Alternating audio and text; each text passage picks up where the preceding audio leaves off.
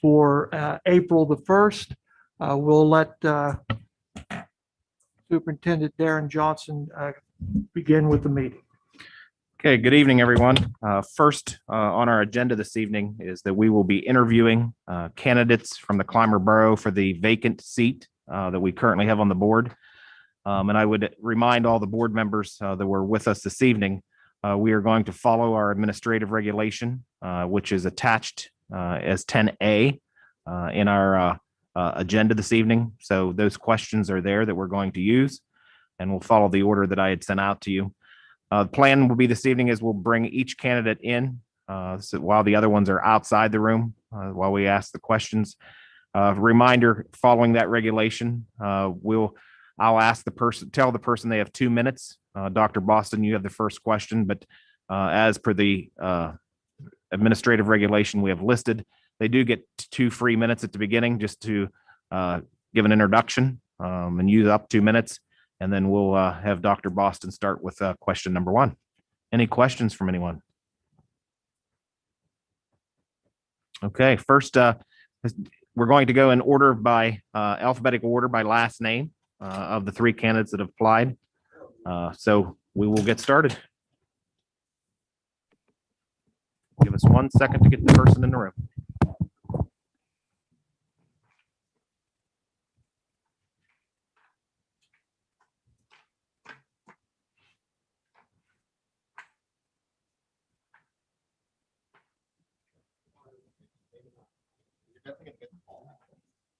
So you're going to sit right here. There are a few people that are present in the room, and then the rest are up there on the screen. So don't worry about looking up there. Just your camera is right there. So I'm supposed to just look at that? People in the room. Okay. Good evening, Mrs. Macafoos. How are you? I'm good. Good, good, Thank good. Welcome this evening. First of all, we want to thank you for your interest in applying.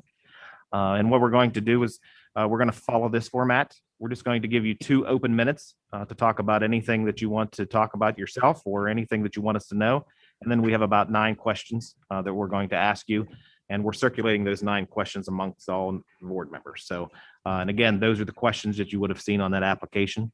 So there's not going to be anything that surprises you. But you do have, each candidate gets 2 minutes at the beginning before we even start questions. So if you want to start with anything, feel free to. Thank you. Sure. My name is Katrina Macafoos. I would like to start by thanking you, the Penns Manor Board of Directors, for the chance to interview for the unexpired term on the board. I was born and raised in Penn Run by Michael and Karen Vahovic, and I am a proud alumnus of the Penns Manor School District, graduating in 2004.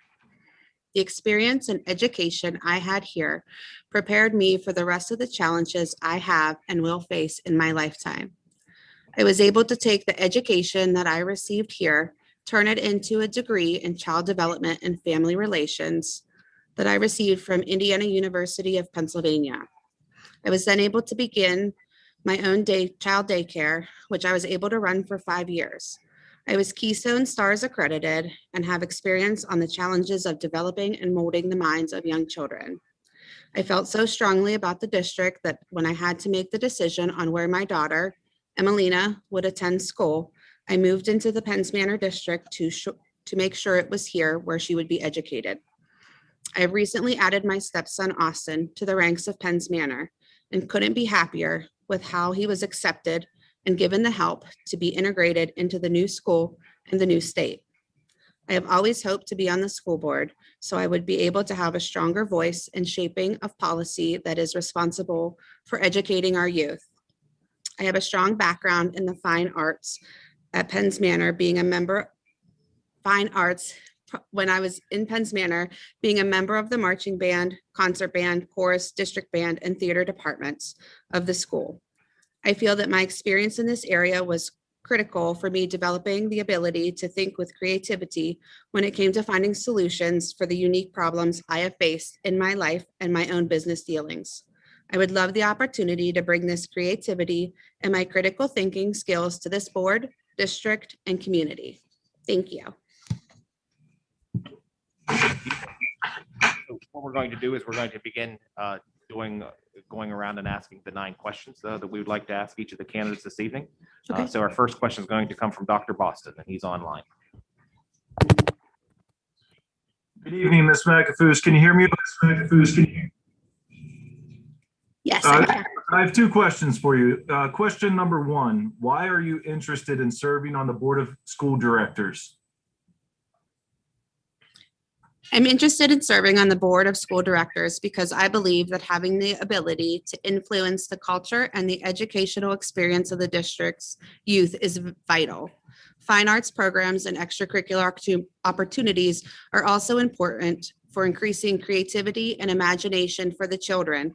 We want the children to think outside of the box, which is beneficial for critical thinking skills in the science, technology, engineering, and math areas. Okay, very well. I have one more question for you.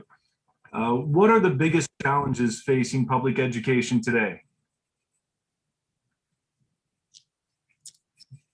I believe, sorry.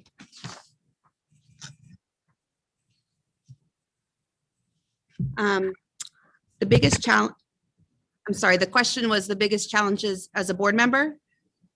The biggest challenge, I believe, go ahead. So the question is asking what are the biggest challenges facing public education? oh, I'm sorry. The biggest challenges I think facing public education today is a little bit of a focus on too much standardization. Not all children are the same, so their learning abilities need to be different for each child. Education also needs to adapt to the learner and not have the learner adapt to the education. So having different opportunities with different styles of teaching and different styles of working with the children. I think there's a lack of emphasis on the arts. Art and music is what inspired me when I was in school. It also helps with imagination and creativity, both which also I believe lead to better solving problem skills. It also, I think, leads to the ability to look at things in a different angle. And I also think that the arts will benefit with the STEM programs being better critical thinkers when applying to problems such as word problems or problems outside of the box. The other biggest challenge facing public education, I think, is supports for families with two working parents. Not always, as we know, in this COVID world, is our parents home and able to assist in homework as soon as children come off of the bus. Children also could use more tutoring or mentoring. The latchkey children have a tendency to slip through the cracks because those parents are working, so they come home and tend to either not get their homework done, say their homework's done, parents are coming home late or not. Another one would be more accessibility family relating programs. So parents can be more involved, possibly a weekend program, evening programs to do more involvement with the parents. Okay, thank you. You're welcome. Thank you.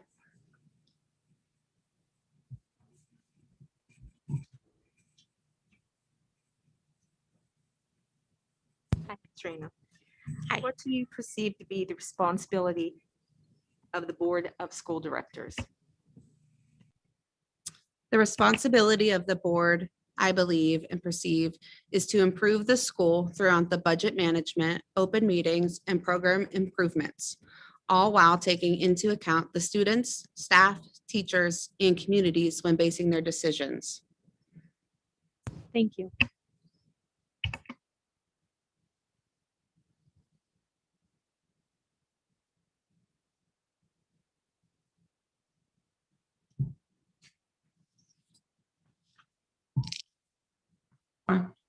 Mrs. Eckert, Okay, you may be muted. There you go. Mrs. Macafoos, this is Jill Eckenrode. Can you hear me? Yes, ma'am. Thank you for coming before us this evening. My question for you is, how do you think the school district can improve students' academic achievement and the staff's professional development? I think there are several different ways that this could be improved. Investing in materials needed to improve the STEM program.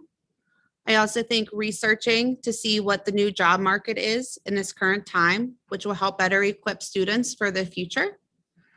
I also think introducing basic life skills such as budgeting, application writing, check writing, and interview skills. Lastly, I think that finding ways to do better to support staff development and further education or accreditations for teachers and staff is very important. We also want to discuss the differences with staff, what the stressors are for teaching, such as remote teaching and in-person teaching. Thank you. Thank you very much. Thank you. Mrs. Macafoos, John Hardesty. Question number 4, what are the strengths of our district?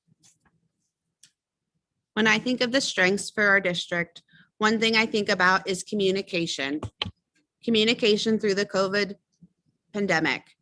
Phone and text messaging systems were running constantly. Emails, voicemails, text messages. I know from experience as a parent. The school portal, having grades posted, absentees posted, getting information for anything going on in the school is also vital information that I think the district has its strengths. The ease of access to staff is also in regards to communication. I can always email a staff, email a principal, email anybody in the district and get a quick response to answer my question. If not fully answered, then at another time via phone call, email, or follow-up. Another strength of our district that came through this year was with the COVID-19 response. Penns Manor did wonderful with online learning at the beginning in a time when we were not prepared for. The access to teachers for questions on the Chromebooks through the Google Chrome was very easy to access and understandable. The ability to get children back to school as soon as possible and as safely as possible was a big thing for me as a parent, because I felt that was very important for the children's education, mental, and academics. Thank you, Mrs. Macafoos, for your interest. Question, what do you consider to be the 3 most pressing issues facing our district? When thinking about the most pressing issues facing our district, I came up with 3 topics. Topic number 1, as I learned even growing up in a remote location, connectivity for any kind of remote learners or internet services. Rural residents with little access to the internet, and there's really no other option. Even some of the places, for example, Clymer Borough, you may have internet access at 8 o'clock in the morning, but come lunchtime, you no longer do. So that is one of the more pressing issues because of the remote situations that we are facing right now, is the connectivity. Another one that I think is a pressing issue for our district as well as lots of districts is bullying. Bullying is one, of course, that can happen male student to male student, female to female, female male, back and forth. With bullying, I think it's also important to make sure that we do, I think it's also important that there are standards set in place, as well as communication with parents, as well as presentations to the students in several different aspects so that they can learn about it. Because some students may not think online bullying is the same as in-person bullying, or just joking around is the same as unfortunately what it used to be. The other one is, again, the effects on COVID-19. So one pressing issue when thinking about this question was the effects in the future from what happened with COVID-19 on education, on the students, as well as on the staff. Are students going to be behind the 3 months when we did pass or fail grades? Are they still struggling behind being remote or even in person? How is that going to look in the future compared to students that returned sooner? So if students stayed remote longer, are they coming back, and are they going to continue as well as students that were brick and mortar at the beginning? Another important topic that I think in regards to that is how will the lack of structure for online learning be affected whenever students come back to the brick and mortar school? Another big thought with my background was the mental health issues that may arise in students following the COVID-19. Isolation from friends, isolation from teachers, family, classmates. How is that going to have an impact on the readjustments back to normal when classroom times begin? Thank you. You're welcome. Thank you. Good evening, Mrs. Macafoos. This is Rich Polenick speaking. What qualities and skills and talents and or experiences would you bring to the school board of directors? I believe my education, employment, and personal background have set me up with experiences in balancing and maintaining a budget, grant writing, and educating children of all ages. I feel that with my younger age, I would bring a fresh perspective to the board. With having 2 children of my own in the district, my decisions would be weighted in such a way to provide them with a better educational experience, which would be benefiting all of the children in the district. I would also make decisions that would be practical for parents and the district as a whole. It's always been my passion to work with children in the educational system. Thank you. Thank you.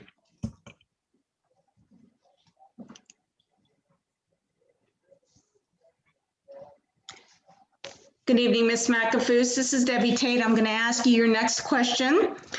If you were faced with a tough issue as a board member, such as raising taxes or cutting programs, what kind of data would you need to help you make your decision on these matters? When thinking about what kind of data I would need to help with my decision, I came up with a few different options.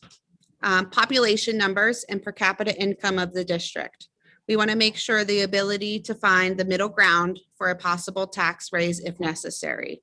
We also want to think about not hurting any lower income families because we would not want to force them to leave the district if a tax increase would cause that to happen.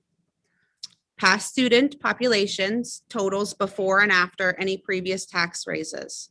I believe this would give an insight on how families in the district respond to raises. Do they leave? Do they stay? Do we tend to see a higher increase of families moving into the district, or do we see that the district numbers are being decreased?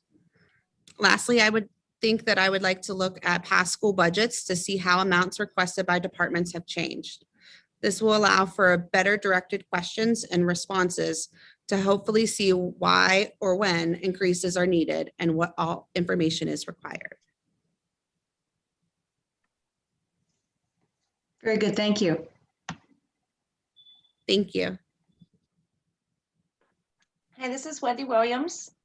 My question for you is, what do you believe would be your biggest challenges as a board member?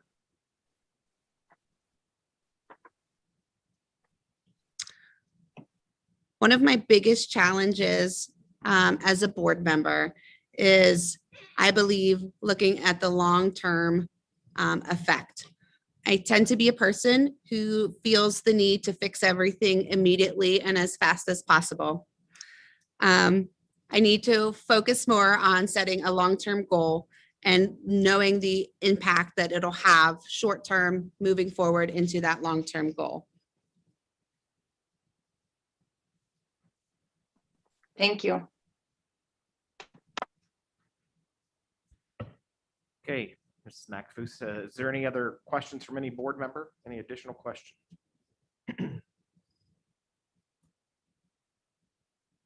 Okay, if not, first, again, I want to thank you for your interest. Here's how we'll be proceeding. The board was going to listen to all the other candidates this evening. They will have any discussion that they can want this evening. They can also have discussion next week, but the plan for the board is to have a motion on the agenda next Thursday night to appoint whoever they have selected. Okay? Thank you all very much. Absolutely. Thank you. Thank you. Okay.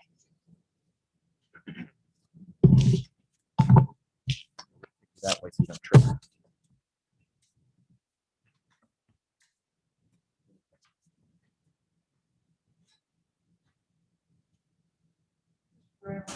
Yes, sir. You look like Leonard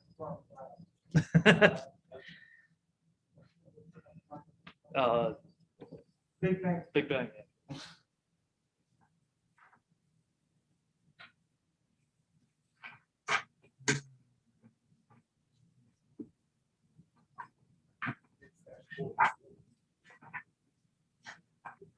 You're gonna have a seat here. I just want to let you know that there are some board members in the room. Your camera is in that corner with the green light on it. And there are others who are remote. You don't need to turn around to look at them. You'll be able to hear them. But if you want to see them, you can.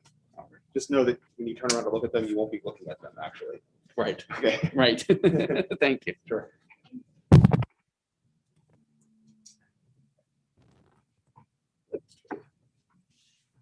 Hello. Raphael, how are you? Good, and yourself? Good, good, good, good.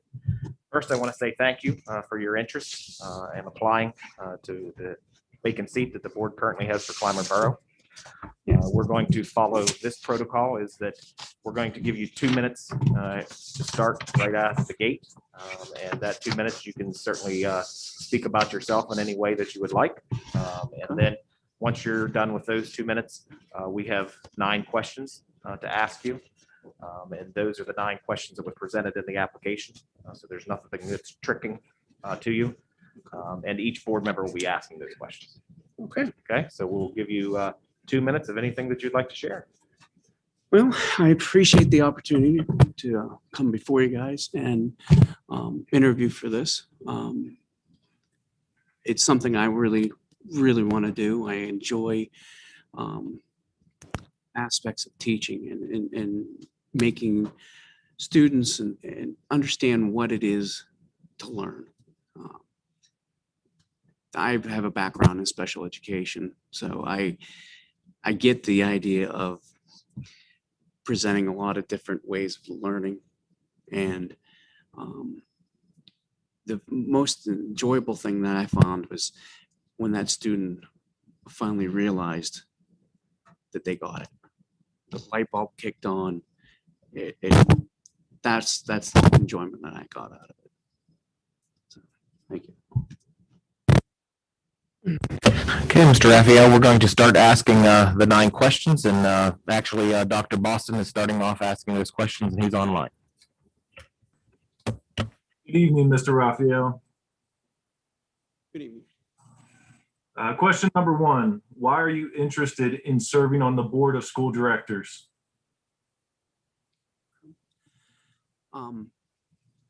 I would like to ensure that the quality of the education of the students at Penns Manor continues to improve. I'm also a taxpayer and a parent. My goal of being on this board would be having an objective voice. Okay, something that, you know, makes it work. Okay. My children are basically finished with school. I said I do have a son that's sophomore going into his junior year. But I don't have any friends or relatives or anything like that in the district. So I just want to make sure that the future students at Penns Manor get the quality education that they deserve. The same as my kids did.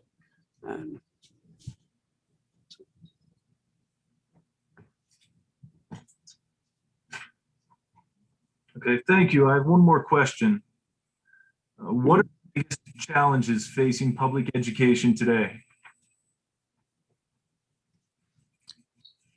What's the biggest challenge? Probably the safety of students.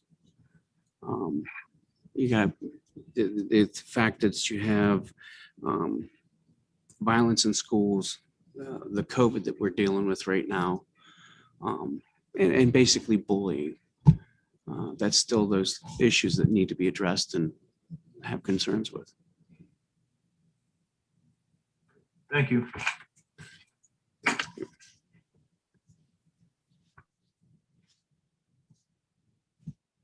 Good evening, Mr. Raphael.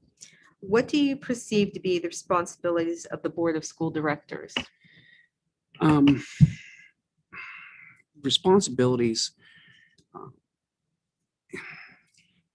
The directors are basically to collaborate and financially be responsible for the education and needs of the students here at Penns Manor. Okay. You continuously want to evaluate policies, to ensure that everyone gets a good result. Thank you. Good evening, Mr. Raphael. This is Jill Eckenrode. My question for you this evening, how do you think the school district can improve students' academic achievement and the staff's professional development?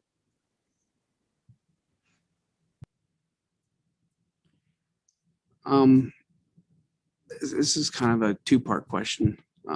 First, improving the students' academic achievement is a good result of good teaching. Okay. Two, the staff's professional development. I'm always an advocate for supporting our teachers. Okay. I worked as a special education teacher, like I said before. And basically the reason why I'm not right now is because I didn't get the support that I needed in my classrooms and so forth. I believe that teachers also need to have data-driven standards. Okay. And because if you're on the board and you have the professional development of the teachers, we really need to rely on like the administration to give us feedback and make sure that the results are being effective. Thank you very much.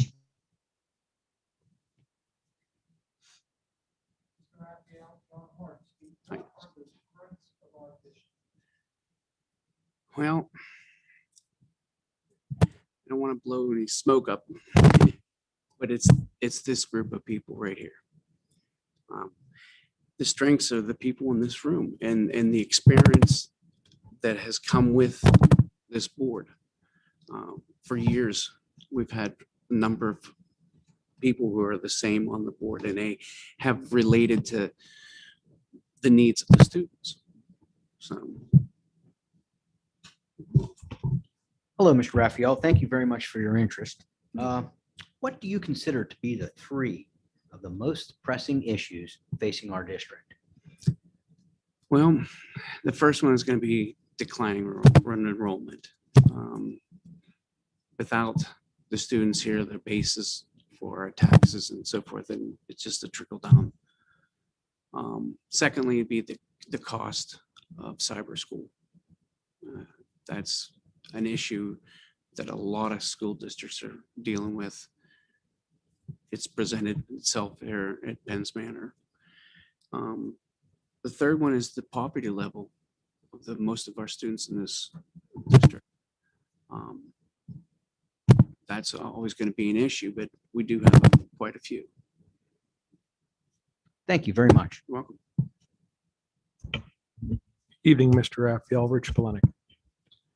What qualities, skills, talents, and or experience would you bring to the Board of School Directors? Well, I'm a pretty level-headed person, I believe. Okay.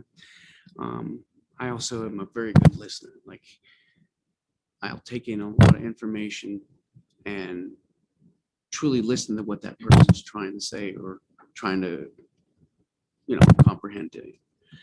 I'm also pretty easygoing, never uptight for that matter. And yeah, last one would be I'm trustworthy. I believe that being trustworthy is one of the better qualities to have in a board situation like this. Thank you, Mr. Raphael. Good evening, Mr. Raphael. This is Debbie Tate. I have a question for you. If you were faced with a tough issue as a board member, such as raising taxes or cutting programs, what kind of data would you need to help you make your decision? Well, this one I really don't have a great answer for. And it's not that, it's more of that in recent years, I've come here and I've interviewed for this vacancy in the past. And thank God at the time, Mrs. Tate, you got that position. But that interview really opened my eyes as to what this board really does and how you run a school district. I was kind of blindsided. I'm be truthful. I didn't realize exactly what transpired as being on a board member. I would just simply, I need the input of board members so that I can educate myself on making decisions. Okay, thank you, Mr. Raphael. Thank you. Good evening, this is Wendy Williams. My question for you is, what do you believe would be your biggest challenges as a board member? Well, the biggest challenge would be to serve everyone. Okay, the students, taxpayers, the teachers. Those are difficult things to please everyone, and that would be my biggest challenge. Thank you. Okay, Mr. Raphael, any additional questions for Mr. Raphael? Okay, so Mr. Raphael, here's the plan. So the board's going to continue to interview all the candidates this evening. They have time tonight to deliberate amongst the three candidates that have applied. That could even continue into next Thursday. But it is the goal of the board to fill the position at next Thursday's board meeting. So again, discussion, the board could have discussion this evening, also discussion next Thursday, but the end result is that they would like to have the seat filled next Thursday night. Okay. All right. Thank you very much. Thank you very much for your interest. Appreciate it. Mr. Raphael, I'll meet you around the other side, okay? All right.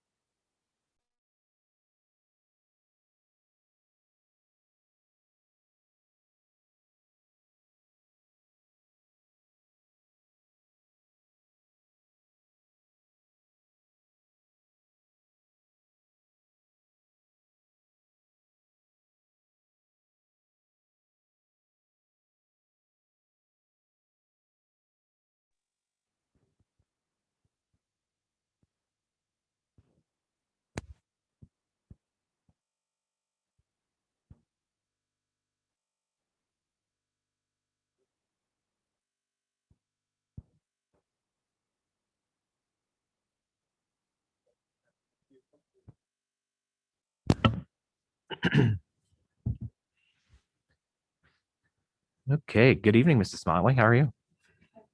Good, good, good. Okay, so here's the format that we're going to use this evening.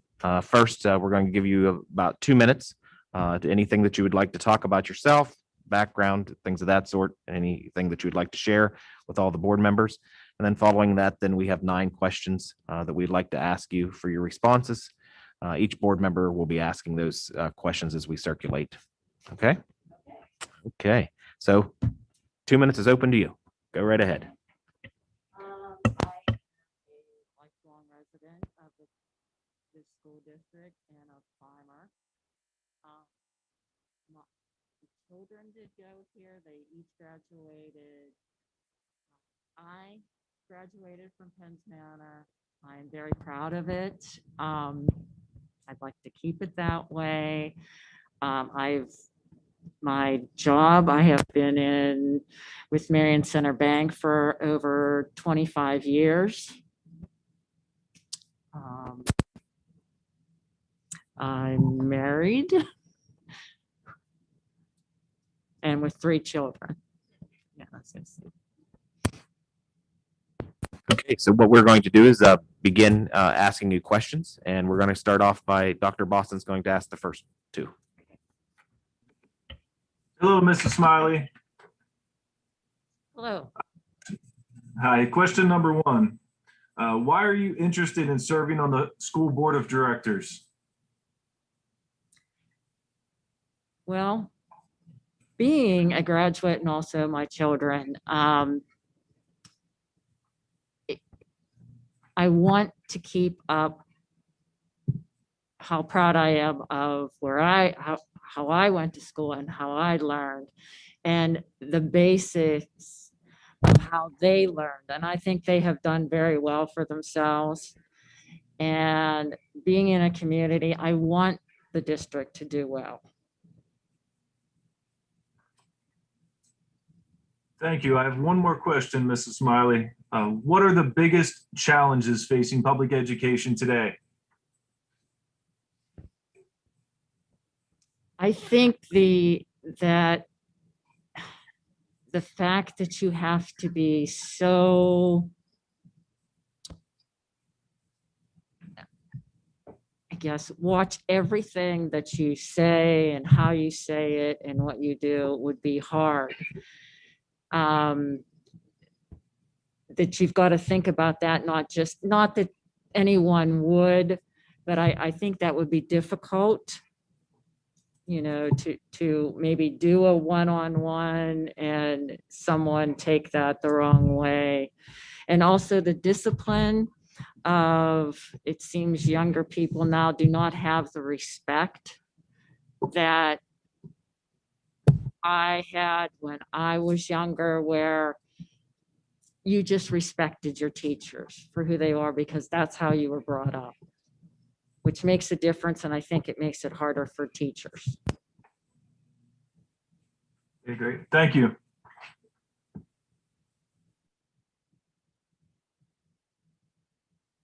Good evening, Mrs. Smiley. What Good do you perceive to be the responsibilities of the Board of School Directors? I believe that it is your responsibility to put together the best educational system that you can with the financial aid that you have,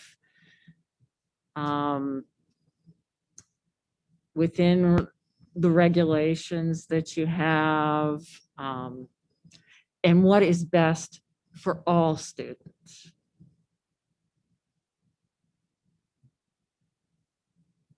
Thank you.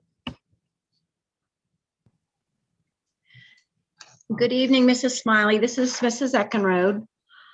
My question for you this evening is, how do you think the school district can improve students' academic achievement and the staff's professional development? Okay, I believe there should be some sort of testing, obviously, like the standardized test, that can tell you what level the students are at and where we need to work at it. From there, I believe your teachers need to be educated also in those areas to help those students and to do it in a way that kind of invigorates them to want to learn. Thank you. John Hardesty. My question is, what are the strengths of the district? Strengths.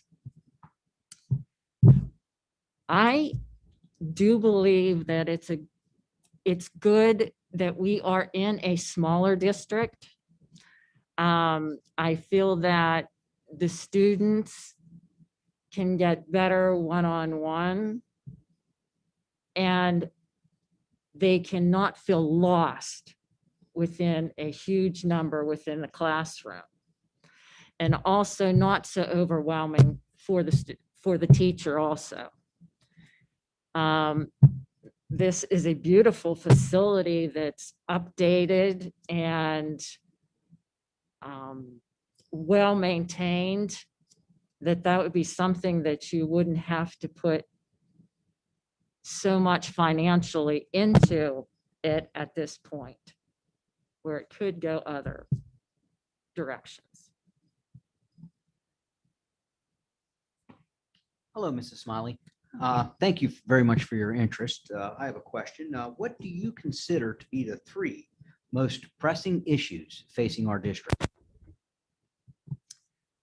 I would say your budget as to how much you can allocate in each area. And having to do within the limitations of what you do have.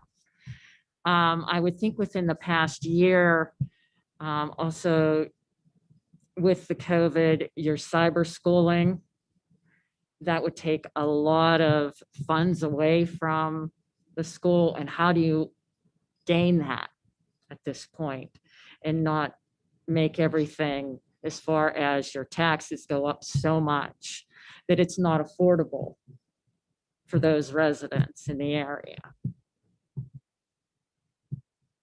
Okay, thank you very much. Good evening, Mrs. Smiley. This is Rich Plenick. What qualities, skills, talents, and or experience would you bring to the Board of School Directors? Okay, as I said, I have been with Marion Center Bank for 25 years. Most of those years, I have been in a supervisory position. So I've been given the capacity to make decisions within the regulations and also what is best for my customers. I would hope that I could bring that to here also, and you would have that confidence in me that I could make the decisions that are best for everyone. Okay, thank you, Mrs. Smiley. Good evening, Mrs. Smiley. This is Debbie Tate. I have a question for you. If you were faced with a tough issue as a board member, such as raising taxes or cutting programs, what kind of data would you need to help you make your decision? Okay, I would say it's numbers. You need to know how much is needed, where can you put it, what is in the best interest. You would need to know, as far as cutting activities, what benefit does that activity have for all the students? And what benefit, maybe financially, for the district does it have? I need to know, is that specific activity the best one to go? I would need to see like the numbers, statistics. Also, as far as raising taxes, I would need, as anything, to know how much can we get? How high would it be? Is there nowhere else to get funding, like grants or anything in that area, before I could go in and say to raise or cut? Thank you, Ms. Smiley.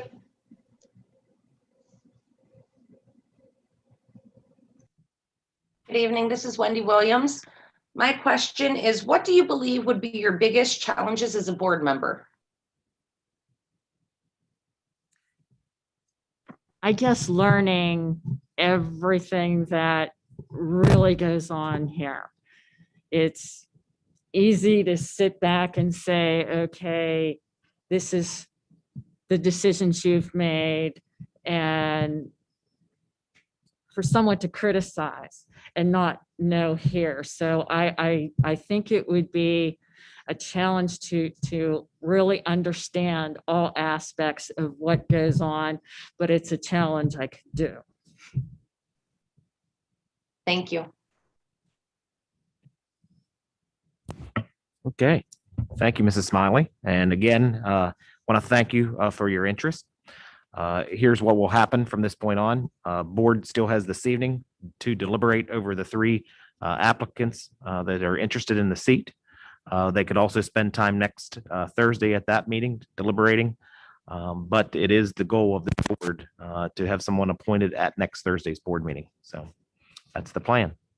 Okay, I thank you for your interest. all right, thank you for your time. Oh, absolutely.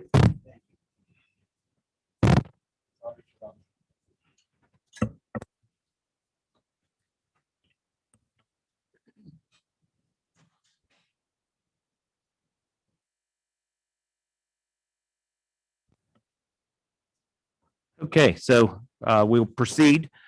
So we need to have conversation of your interest, any comments, any discussion, recommendations.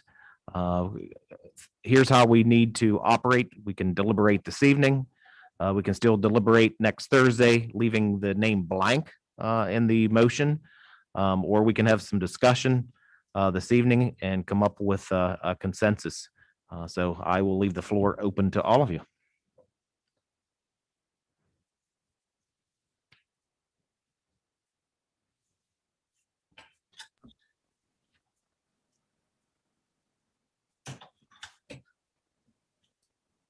Darren, Yes, go ahead. according to the regulations, any deliberations that we do have to be in public, correct? That is correct. Okay, I was just checking. Thank you. Yes.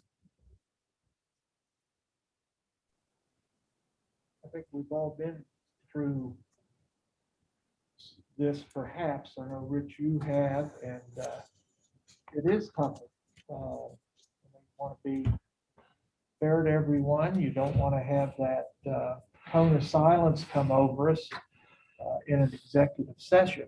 And we've come up with our policy, and I think it's serving us well right now. I jokingly said it's sort of like going to Mr. B's to get a price on a couch and then going across the street the next, leave there and go over to Climber Furniture, and then I see them both in church on Sunday. And, how do you tell one or the other?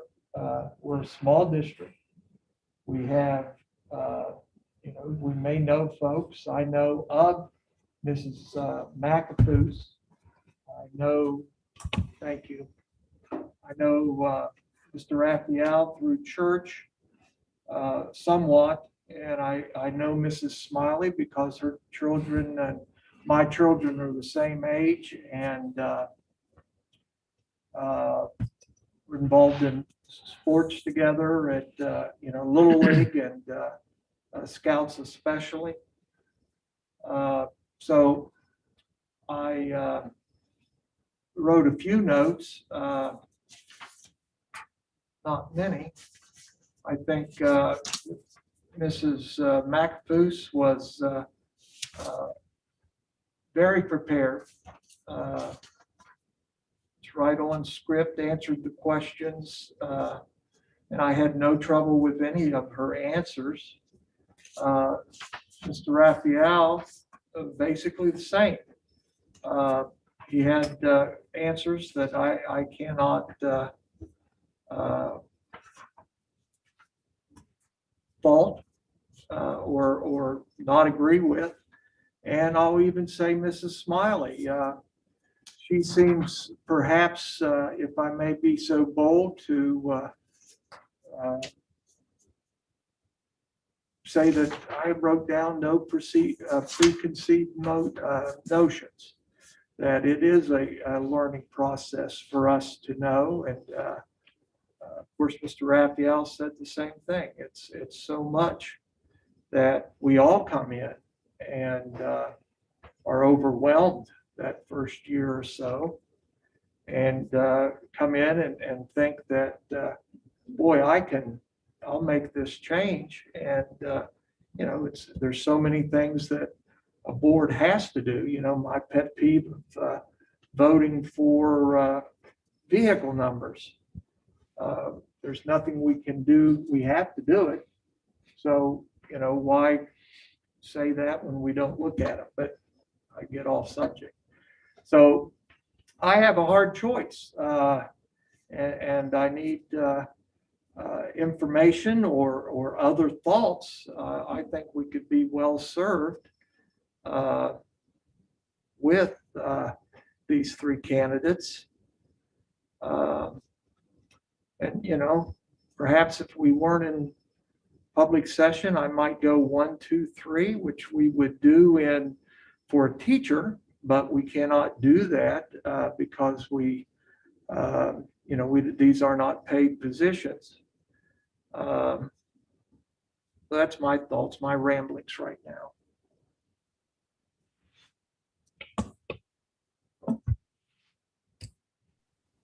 Other comments, discussion, thoughts? I have a comment. I do not know Mrs.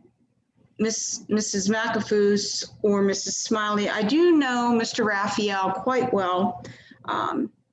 He's an active member in our church. He did not mention, though, that he's on the Clymer Water Authority. I do know that he does a very good job with the Water Authority. Any meeting that they have, he's always there. He's never missed a meeting. I do know that he is he's very dedicated to his work. He loves children. He's very good with kids. He is a good listener. He does respect information, advice. He does take in information well and acts on it. I know he would look on this position as a very valuable learning experience. And he is easygoing. He's not controversial. And that's about it. I wish I knew the other two ladies. They did a good job. Mrs. Macafoos was very prepared and informative, and I did like that. And I did like that Cliff was also informative. He was short and to the point. And that is all I have to add at this time. I can go next if that's okay. Sure. Okay, I think all three did very well. I was impressed with all three of them. I do not know Mr. Raphael other than when he had interviewed with us previously. That's the only time I've ever interacted with him. So I don't know him, but he did very well. I know Mrs. Macafoos, not really know her. I know a little bit about her family. I don't really know her, but she was very, very prepared and did an excellent job. The only one that I can speak of personally would be Mrs. Smiley. She was my assistant majorette coach for many years when I coached the majorettes here. So speaking for her personally, she's a very dedicated person. I relied on her so much when I was the coach of the majorettes, and she was always there. She was such a huge help, and she related so well to the girls, and her love for the district was always evident. I think that she may not have been, like, her answers may not have been as detailed, but if you notice, she didn't have any notes either. She answered the questions off the top of her head. And I do know that Lisa's not a big person for speaking in public, but that's neither here nor there. I can tell you that she would be a team player. She would work well with everyone. She's very easy to get along with. She's level-headed. She's smart. And then finally, what I think would really benefit the board is her experience with her financial background with the bank. She's been there, like she said, for 25 years, as most of that time as a supervisor. She knows her stuff when it comes to numbers and budgets. I think she would really be an asset there, but that's just my opinion. I think all three of them did well, but I'm just speaking because Lisa's the only one I really know. So that's about all I have to say. Thank you. Thank you. Anyone else? I just have a comment. Sure. Out of all three candidates, I think anyone would be a suitable candidate, brings their own experiences and skills to the table. Sort of to go along with what Jill had said, I think now as we look forward trying to support the school district, what are our critical issues that we're dealing with in near term? Near term budget, finances, how we had a long discussion at our budget committee meeting last week about these type things. If you would look at that and compare that with the candidates we had, Mrs. Smiley does have that experience, I think, that could be helpful. Those are the things that I sort of consider now of where we're at, because the uncertainty of where we're at with our funding, there could be some opportunities there that maybe we are unaware of or could get clarification on. So based on that, I feel comfortable with her ability to do that. I think Mr. Raphael, he has a true, sincere trustworthiness to him, which is something that's of value for sure. And, Mrs. Macafoos, very well prepared. Everybody has their own way of conducting themselves through an interview.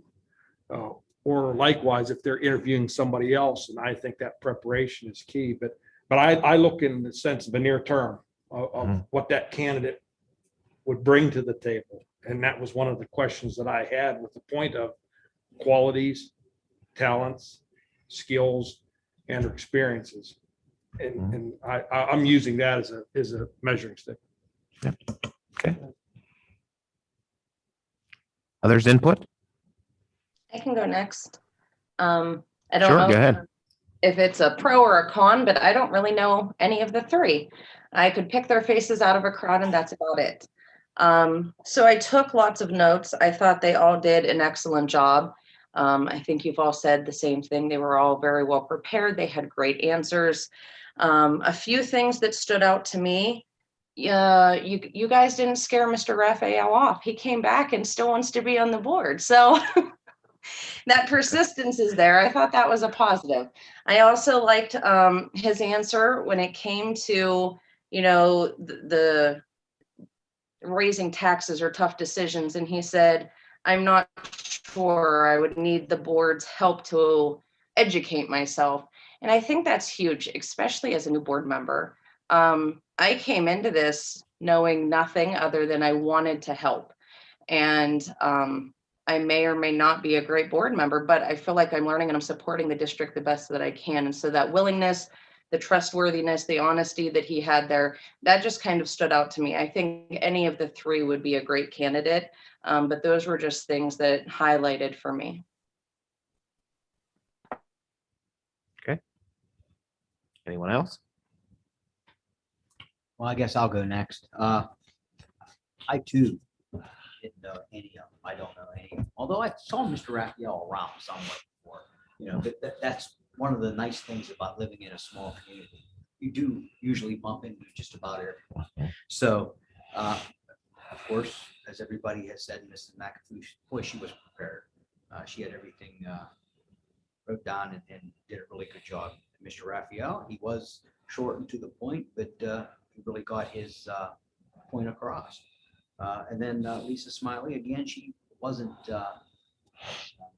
Mrs. Tate said, or no, Jill had said, she wasn't using notes. She was just speaking from the heart with what she wanted to do. And as Rich had said, and something that I did like as well, she has supervisory skills, so she has 25 years of dealing with people, dealing in this kind of setting. So that could be an asset. So, and she also said, Mrs. Smiley, she also said that one of her, with my question, the pressing issues, that the number one thing she said was the budget. I almost had to laugh because that's what we're going to be talking about later tonight. Maybe she should go home and watch us. So it's, you know, it is nice to have 3 quality candidates for a board position, you know, for a position, of course, that is a non-paying position.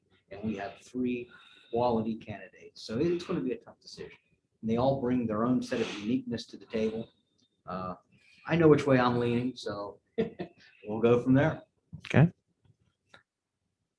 Other individuals want to share anything? Darren, can I, if no, is someone else going to speak? If not, I have something I want to add. All I wanted to say is I approached 5 folks. I asked them to consider applying for the board. Look on the website, look in the paper, and follow that.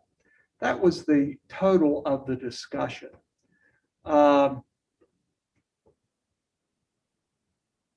2 turned me down right away. One is an educator, retired, just said it wasn't his thing.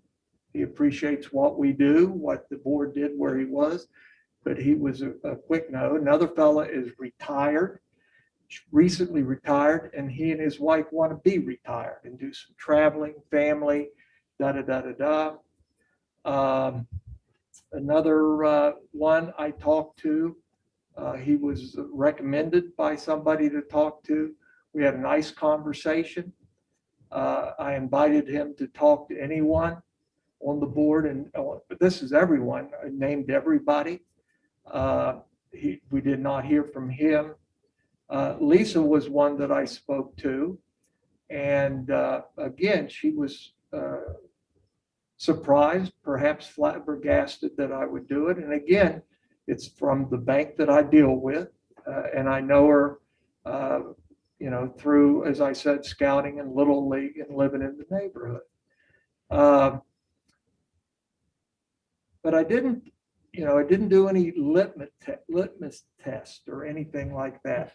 I didn't ask them anything, how you feel about anything.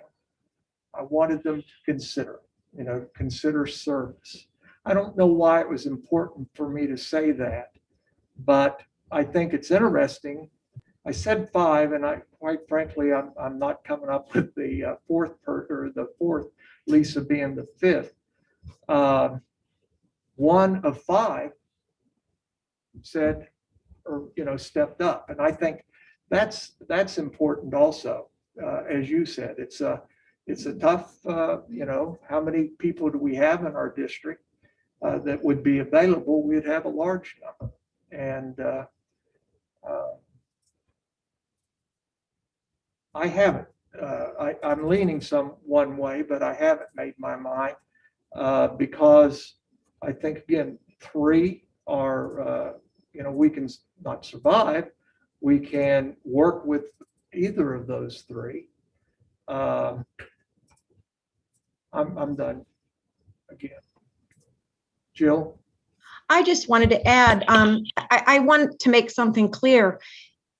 It's true that Mrs. Smiley did work with me for a long time with the majorettes. And yes, I do consider her a friend, but that's not why I'm leaning towards her. I'll tell you why.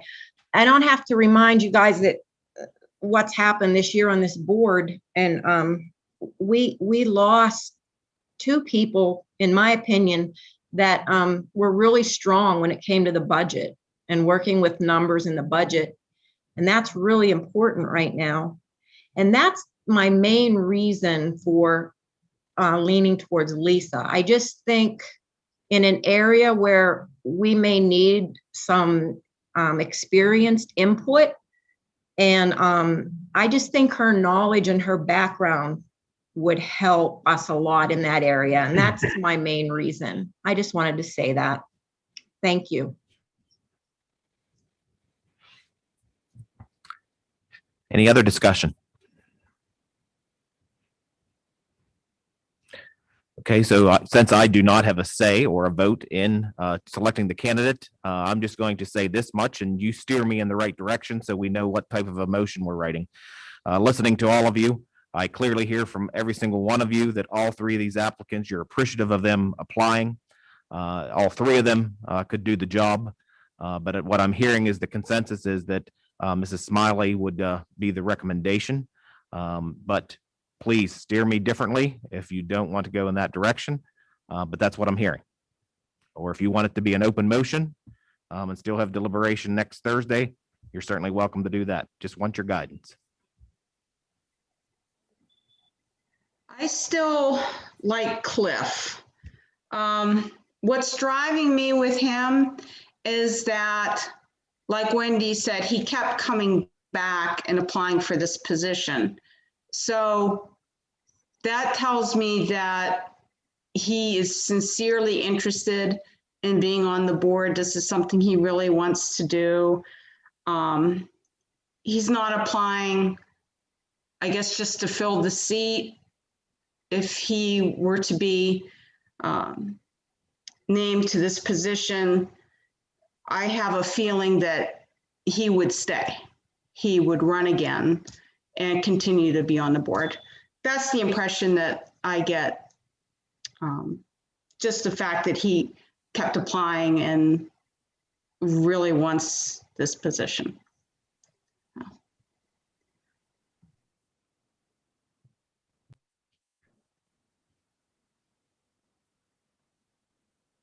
Darren, can Any we comment? Yes. can we take a poll, or how do we do this? Well, I was just listening to all of your comments, and that's where I thought it was taking us to, but by all means, we can take a straw. If majority wants, we will certainly make the motion that way. If that's the case, I mean, would we want to hear maybe from every board member on what their thoughts would Sure, be currently? I mean, because we sort of have a little bit of a split, but maybe, Mrs. Dalton, you sat through the interviews, and even Mr. Boston, just to have some sense. I mean, I think that would be a fair assessment. Okay. Yep. Dr. Boston, you want to go first? Sure, Darren. I think we have three quality candidates, and I'm going to support Mrs. Smiley for her management experience, the budget, her financial knowledge and such. So I'm leaning towards Mrs. Smiley. That's pretty much all I have to say. Stone. That was a tough one tonight. I'm leaning towards Lisa Smiley, just with, again, as Jill and Paul said, with her financial background. We could really, use her expertise maybe in some areas. Okay. So. Okay. So hearing a majority of you, we'll go ahead and move forward with having the motion with Lisa Smiley being appointed as the board director or the person to fill the vacant seat. And we'll have that motion next Thursday evening. Any other comments, last comments? I guess just one comment. I believe that each candidate understands this. If this is for the filling of the seat until the term expires, and if they choose to move forward, correct, they would need to go through the process of the election process. Absolutely, Okay. absolutely. So It'll be a write-in, won't it? sure. Yes. So I do need to make sure that everyone understands this is filling the vacant seat through the election process, which would be filled through the election process next November and at our reorganization meeting in December. So just as the board is appointing someone now, that person, or actually any of the other candidates that were here this evening, has every right to be as a write-in candidate for the seat after next December. So please, again, that seat is open. The appointed person's just filling the vacancy until we get through this next election. I'm not sure I understand or agree with you. I think they could become a write-in candidate That's what, yep, in the primary correct. to be on the fall ballot. Is that how that would work? Yes, that is correct. Okay. Sorry if I didn't Not explain it that way. everybody- Yep. That's what you have to do, Tammy? No, No, she made it. you, Yeah, she made it. I guess that was just one point I wanted to bring up because of each of the candidates, each admitted that, they're not exactly sure some of the challenges you might have in a school board setting. Mhm. So, just to make sure everybody does understand that, Sure. might not be a cup of tea, or expectations that they thought of. So, just want to make that clear. Sure, sure. Rich, do you think it would be prudent for Darren to call each of them or Josh and make sure they understand it? I hear your concern and I'm with you. Yeah, I was trying to think back on how it was framed in the advertisement and the school board posting. And I don't know if that was the detail that was led, just so everybody does know that, okay, there's other steps involved with this. If you want to continue, or if you just want to, I don't know, call it a test ride. Sure. Right. And then maybe see if that is something. So that might be an option, because I would hate to go through another process if somebody else had expectations that we select and said, boy, I didn't realize that. And maybe I'm not interested in going through that process, just so everyone's aware of that. Sure, sure. And we'll draft a letter to all three of these individuals so that they understand that. The individual appointed, this is out of the public notice, will serve until the first Monday of December. We truly didn't say, and I'm not sure that the board directors intends to appoint a new director to fill the current vacancy at the regular board meeting on April 8th. We didn't say you would have to run, but it says it would go till the December. That's Yeah, because that's one of the points I know whenever I got on, it was midterm and it was through a letter of interest and similar. And not saying I do anything different, but didn't realize, okay, there's something more that I need to do to continue this effort, rather than just filling the seat. So just a point. Okay. I forgot about that. That was Mr. Thornton's place, wasn't it? Here, Forrest, this is the decision we're making tonight. I was appointed, Jill was appointed, Rich was appointed, Tammy was appointed, Debbie was appointed, and Dr. Boston was appointed. I'm the only one that ran. Wendy. Oh, when? But didn't we appoint her first? No, she was up, and you bring up a sore point there. We appointed Dr. Boston. Oh. Yeah, so out of 8 of us right now, 1, 2, 3, 4, 5, 6 started out as an appointed. So that's an interesting dynamic of some sort. Anyway. Okay. Any other discussion on that item? That is interesting. Next, under programs and presentations, Mrs. Dolges, would you like to go ahead and talk about the radio and PSSA and Keystones? Yes, can you hear me? Yes. Okay. Just wanted to let everybody know that we will be on the radio station on April 14th. I'm not quite sure what direction we're going yet or who I'm taking. I'm thinking I'm going to have some students from the musical, but I haven't received final confirmation on that yet. The other thing I did want to talk about was our end of the year dates. We're going to be having the PSSA exams coming up. We're going to try things a little bit different this year. We are going to test 6th graders in their classroom, and we're going to use the gymnasium since we have a little bit of time. They extended the deadline for the PSSAs and the Keystones. We're going to test 8th grade. We put tables into the gymnasium and they're all tested. It's a quiet environment. They can spread all their books out. And I think this will help also because we have a shortage of subs. So when we test in this setting, we don't require as many substitutes. So we're going to start testing on April 19th. We're going to do ELA testing from the 19th to the 26th, and then math testing the 27th, 28th, 29th, May 3rd, and May 4th, we're going to do the science. And then we have a week off for guidance to pack up the PSSAs and label all the keystones, and we go right into Keystone exam starting in May 17th. So we have a very busy testing schedule coming up. Okay. Thank you, Mrs. Dolges. Any questions for Mrs. Dolges? Okay, next, Mrs. Eglin.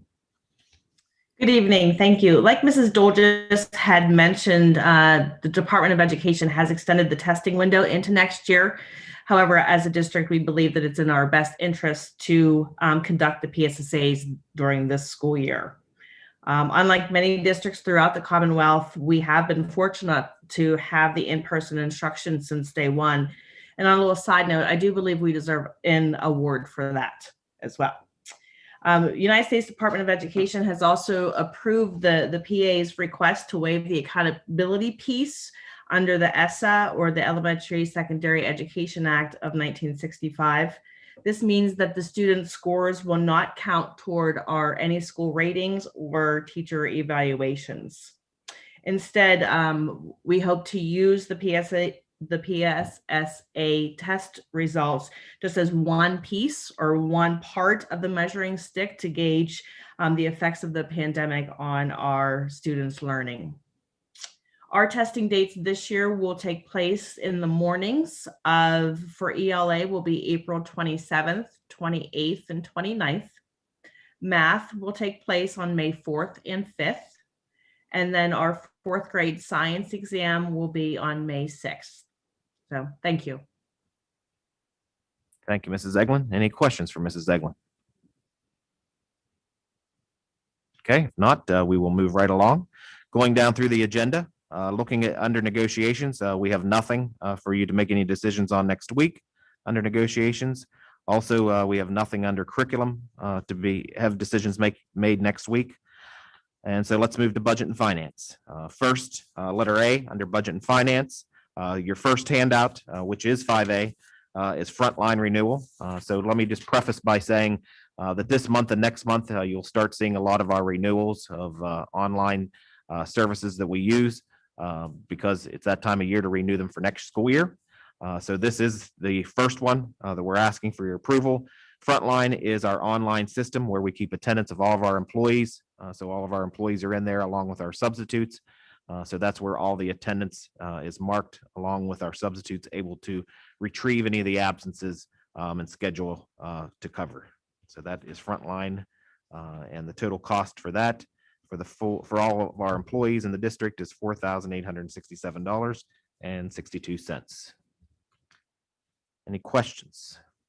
So a sub has access to this Absolutely, yes. and they find, so long-term, so not a long-term, but I find out as a employee, I have a doctor's appointment will take me out Tuesday in 2 weeks. I put it in now and somebody Correct. will Yes. do it. Okay. Yep. Mhm. Does it work well for same day or call offs in the morning? How does that Okay, work? sure. So, the system will do a couple things. One, the employee can put their absence in if it's immediate. So for example, if we had school tomorrow, I wake up and I'm ill, I can actually put my absence in there. Also, any long-term, if I feel that I've already made an appointment that it's 2 months out, the employee puts that absence in, then our substitutes are able to see those. So a substitute is able to see an absence for extended period of time. If it's anything that's immediate, needing filled for the next day, the system makes the telephone calls to all the substitutes, and it keeps calling them until the substitutes reject that day or they accept it. So it just keeps calling till it's filled. Now, I will tell you, and you've heard from us loud and clear for the past year and a half, we do not get all of our positions filled for our absences. So does the system work? Absolutely. Do we fill as many as we can get filled? Yes. but we still, if you talk with individuals in our building, we still have folks that sometimes are not covered. But the system, absolutely, it works. Sure. Other questions? Okay, seeing none, we'll move to the next letter B. That's the next handout, 5B. And again, we have an application for you to approve for tax abatement program. That request is coming from Joshua and Stephanie Putt. The property that they're asking for tax abatement is at 126 Grace Church Road in Cherry Hill Township. Any questions? Josh, how does that work? So that would be their assessed property is for 2 years, is that what it is? Yeah, that's correct. So for the most part, what happens is they have to have an occupancy permit, and the property needs to be reassessed after either the improvement or the new building or the new house is built. Once that's been assessed, the courthouse will then identify what part of the assessment value of the whole parcel is eligible for tax abatement, and then it's taken off the tax rolls for 24 months, basically 2 tax seasons. So it is, yes, it makes all the sense in the world. It has to be assessed after the house is built in this case. Okay, thank you. You're welcome.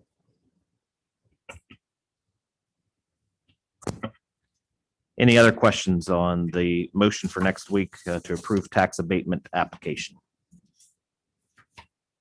Just one question I have so far, because I know that a few weeks back or months ago, we looked at 2 other abatements. Do we have a count of how many are in that status? Either just entering in or within that 2-year window that's still in abatement status? Do we know that? I don't know that off the top of my head, but it's been a while since we approved an abatement. I want to say it's probably been. It was just a few months ago we did someone. Yeah. We did. I think we have currently 3 properties currently in abatement for this last tax season. There were a couple that expired last year, and I believe the one you just approved and this one will go into abatement in this upcoming collection year. Yeah, if I recall, there were 2 that were earlier in abatement that we considered and looked at. And then this is a 3rd one, probably in at least a 3 to 4 month window. And I know prior to that, we probably had an abatement come to us, year and a half, maybe. Yeah. So I just wanted to have a sort of an eyeball on, is it 5 properties that we're looking at in abatement currently? Is it 10? It's definitely not 10. Okay. You're probably closer to 5. And probably the reason why you're seeing an influx of these applications, I did a recent look. We had a parent make a comment about not having any properties available for sale in the district. And I did a quick look, and maybe I did that a month ago. There's 5 properties for sale in the entire district. And so if you can't find a property to buy, you're just gonna build one if you want to live here. And I think that's maybe why we're seeing an influx of applications. Okay. Yeah, I was just curious. No, we can find out too. I'll get the information for you. Other questions on letter B?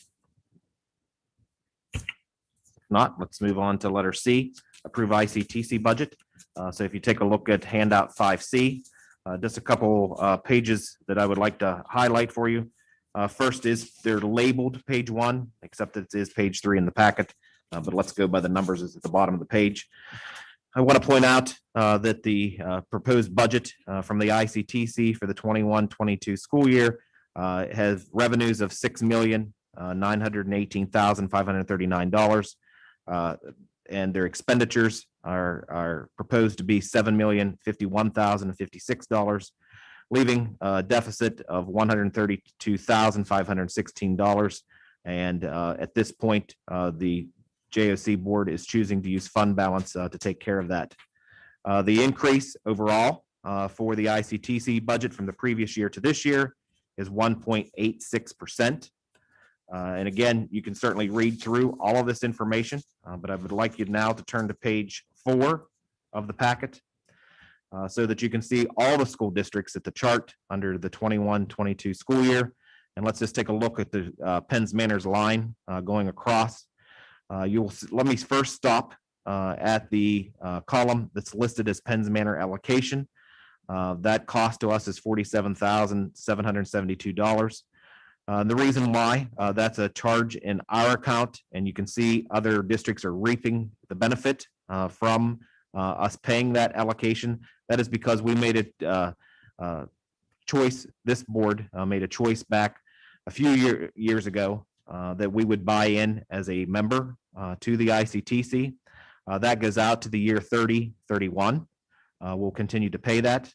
So let's continue to the next column. Purchase line, school district did the exact same thing, only a year or two later than us. So you can see their payment that's falling is $51,062. And then you can see that that's allocated out across the other districts. So now let's go to the shaded column, total share for 21-22 school year. Our share is $396,697. You'll look to the next column. That's an increase of $269 for us from the previous school year, which is a 0.07% increase to us.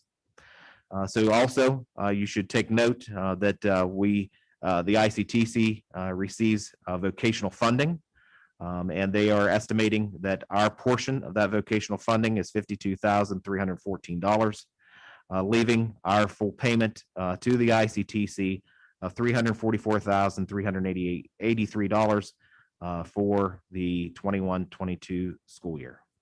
Any questions on that?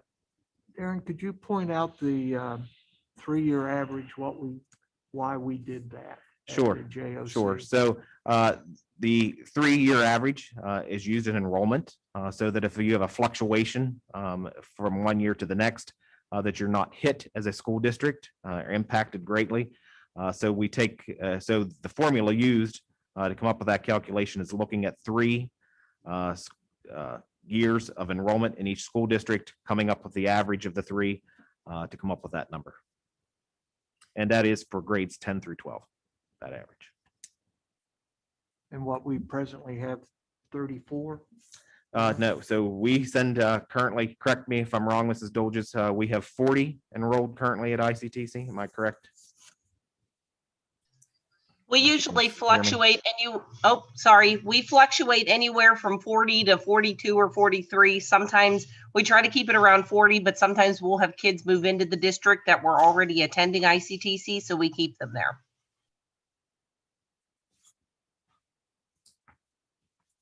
Other questions related to the ICTC budget? So we will have a motion next week for you to approve the proposed budget. Okay, next, letter D, and that's a handout, letter D, that's in your packet. This is for Renaissance Learning, and the quote is for $5,968. If you look at the third page of that handout, you will see that that is divided equally between the 2 buildings, and that is to operate our Accelerated Reader program that we have in both of the buildings. Questions? Okay, if not, let's move on to the next, which is renew Pearson work sampling license. And there's also a handout for that particular motion for next week. And this particular online service is used to assess all of our preschool students. So the motion will be that the maximum spent for that online assessment will be $798. We have approximately 40 students to be assessed. And again, if that fluctuates, but the motion will read maximum of 40 with $798 for that online service. Questions? I wasn't paying attention. Okay. What is it for again? I understand the money I picked up there, Sure. but So all of our pre-K students are assessed. And so this is an online system that they all run through. Thank you. Sure. Apologize. Other questions? Okay, next, letter F, 21-22 budget update. Budget and Finance Committee has met, and we had quite a bit of discussion the other evening.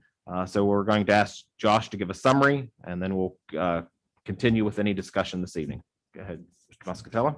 Thank you, Mr. Johnston. First of all, I want to thank those who did come to the Budget and Finance Committee meeting last week. Mr. Hardesty, Mr. Large, Mr. Polenick, Mrs. Williams, Mrs. Eckerno, Mrs. Dalton. Thank you very much. The process is doesn't get easier every year. As a matter of fact, with cyber tuition and COVID and all of these things, it really only gets more difficult. And so, but we have the same conversation every year, and we're faced with the same decision every year. And it's really about how do we fund education in this school district. And so the conversation we had last week was entirely about that. And so in your packet, either I sent it to you in an email or you have it in front of you, is basically the summation of what we talked about in the Budget and Finance Committee. If you look at the second page, I just want to tell you where we're at, because there's a couple people who weren't at the meeting last week, and there's been a significant number of changes to this since we first talked about it several months ago. So the current deficit with the budgetary reserve built in is $480,762. That's a true deficit. And what I mean by that is we have worked at this now for several months.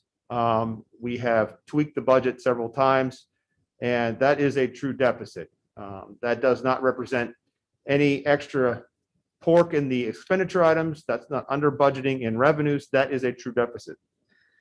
We have often here, for illustration purposes, removed what we call the budgetary reserve piece, which is a piece that we budget for unforeseen or unbudgeted expenditures in a particular fiscal year. Couple things to keep in mind with that piece is when you plug budgetary reserve into a budget, unless you're able to cover your expenditures with revenues, your budgetary reserve is basically your fund coming from your fund balance at that point. So we can pull that piece out for illustration purposes. It will end back up into the budget at the end. If we adjust it with budgetary reserve taken out, we look at a $430,000 deficit. There are really only three ways in public education to address a budget deficit: a property tax increase, fund balance, or program and staff reductions. When we look at how can a district raise revenue, and we're fortunate in that we do have a couple of areas that some other school districts might not have.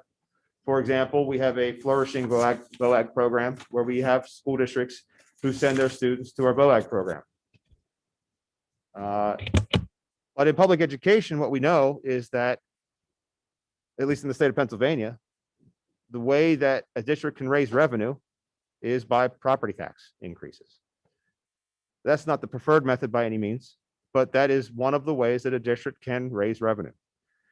The final way that a district can plug a budget deficit is through what's called a fund balance.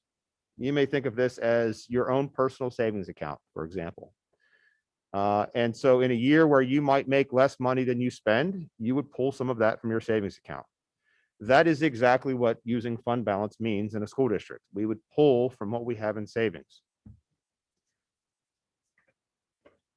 Before I move on to the actual recommendation that the Budget and Finance Committee has, I do want to remind everybody the budget process and the timeline with this process. Today, there can be public debate on the Budget and Finance Committee's recommendation to this board. That can mean a couple different things. You could agree with the Budget and Finance Committee's recommendation, or you could suggest changes, and the Budget and Finance Committee could go back and consider those changes. Next week, there is no real formal action to be taken on this budget. The first formal action would be taken on May 13th, when this board would have to consider a proposed budget.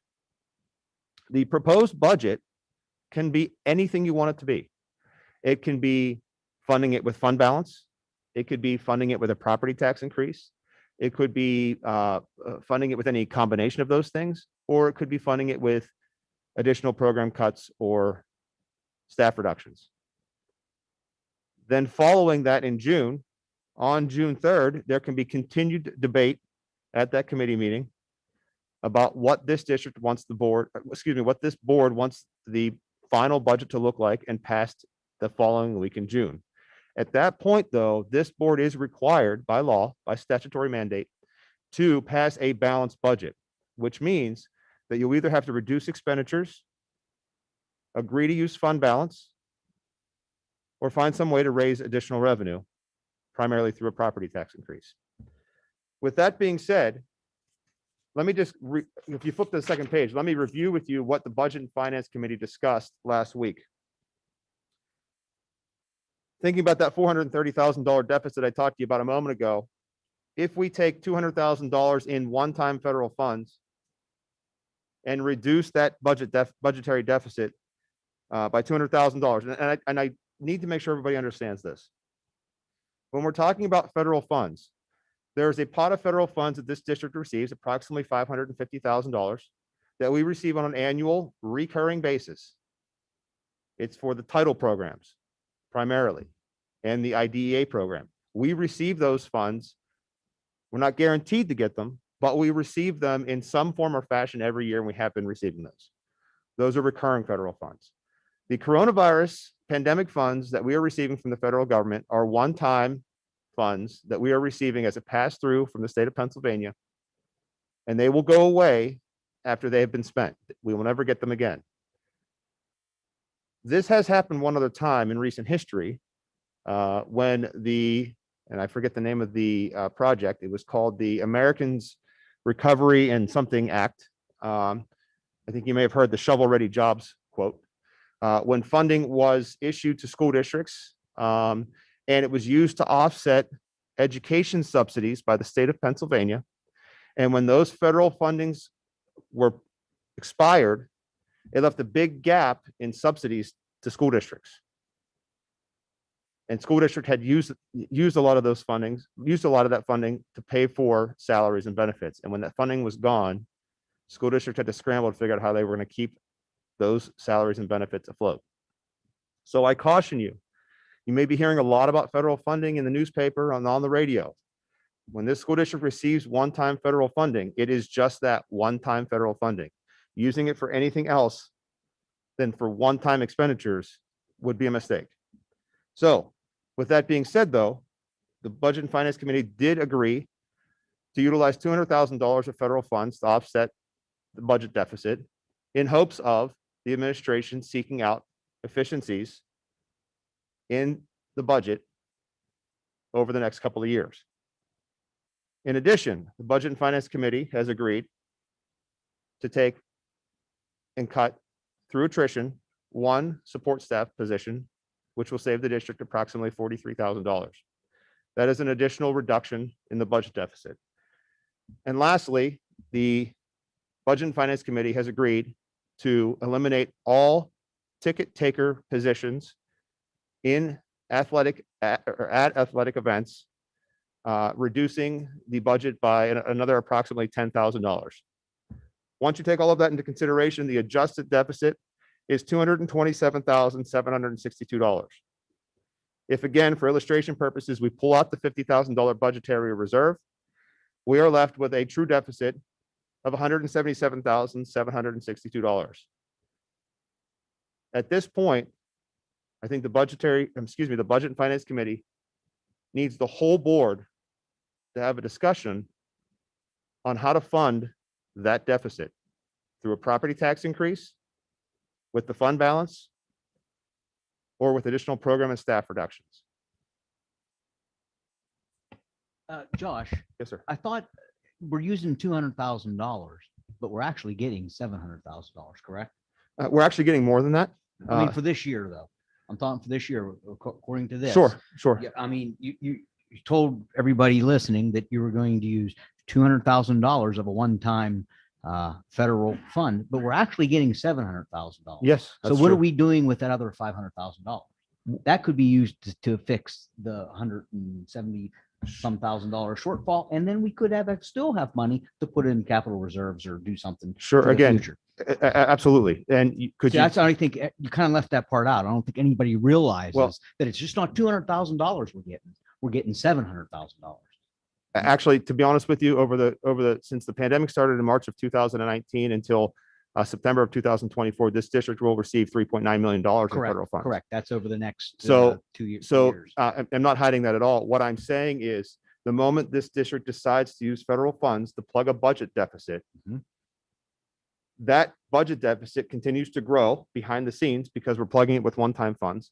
It gets larger and larger and larger. So that in 2024, this district has to face a deficit of $1 million. That's as long as you don't, if you keep spending the way it is and you not do like we're planning, curtailing some of the spending and some of the programs or whatever we have to do, then you won't get the big gap. But the only way that you can do that is without showing the revenues of the federal funds. If you show the revenues of the federal funds, you don't actually see a true deficit. The true deficit of this district, actually, if you want to talk about the true deficit of this district, you have to add back in the $200,000 of one-time funds I'm putting in this recommendation. So what we're really talking about is the $377,000 deficit. Yes, could this district use federal funds to offset that deficit? Absolutely, we could. And we still have money left over. It's a mistake to do that, and I'll tell you why. The moment that you use $377,000 in federal funds to offset the deficit, that doubles the next year and it triples the year after that. If you don't cut spending or programs. But again, why would we cut spending if I show you that we have a surplus? Because we have to, because the surplus isn't going to be there, because we know it's not. And that's the point I'm making, is that if I show you that all of those federal funds are coming into this budget, if I show you that, we have a surplus. We don't have a deficit. Well, we'll put the surplus in capital reserve. We won't have a surplus. But you wouldn't know what the deficit is either. Well, I have to show you. We know what the deficit is, and we know how we're fixing it, and we know it's going to go away, and we know that we're going to have to cut spending, and we're going to have to make some tough decisions, and we're planning to do that. And that's why in the future. So we can cut the spending. We can reduce it. We can have it both ways. We can have it both ways. I know I call it compounding taxation because it just keeps going, and we can have it both ways. And I think everybody needs to know that. At this point, we can have it both ways.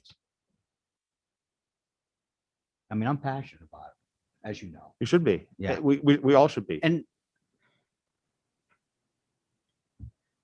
if I could have a minute for an illustration, just a quick illustration, because if I could have my little moment that I talked to you about, the property tax increase, that's what we're talking about. We had our meeting. $75,000 was $48, for a house assessed or property assessed for $75,000 was $48. Property assessed for $150,000 was $97, and a property assessed for $225,000 was $145 additional dollars. Doesn't sound like much, does it? Really. Let me show you something. I'll be right back.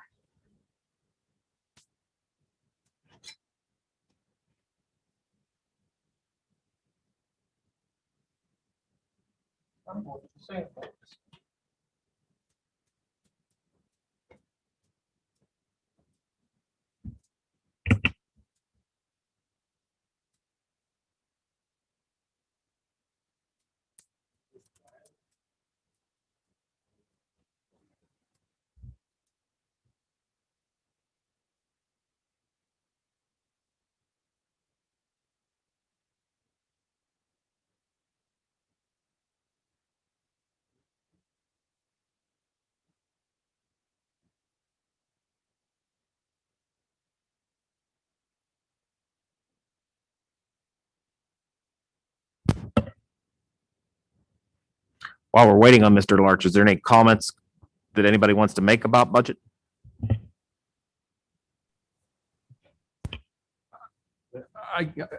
Well, he's coming in here now. Oh. Well, since Ron's here, just briefly, just in the paper I seen recently, they talked about some additional funding and they had it broken down for school district. I don't know if you've seen that in the paper. Yes. Was that accurate as far as what was depicted, as far as the amounts go? Yes, yes, yeah, those are correct. Okay, I just wanted to, Yes. because that was all the different schools. Okay, that's correct. Those are accurate, yes. All right. You like illustrations. I like illustrations. Do a little shopping before I came. It's all healthy food. Just, well, I had it for them. I even got meat.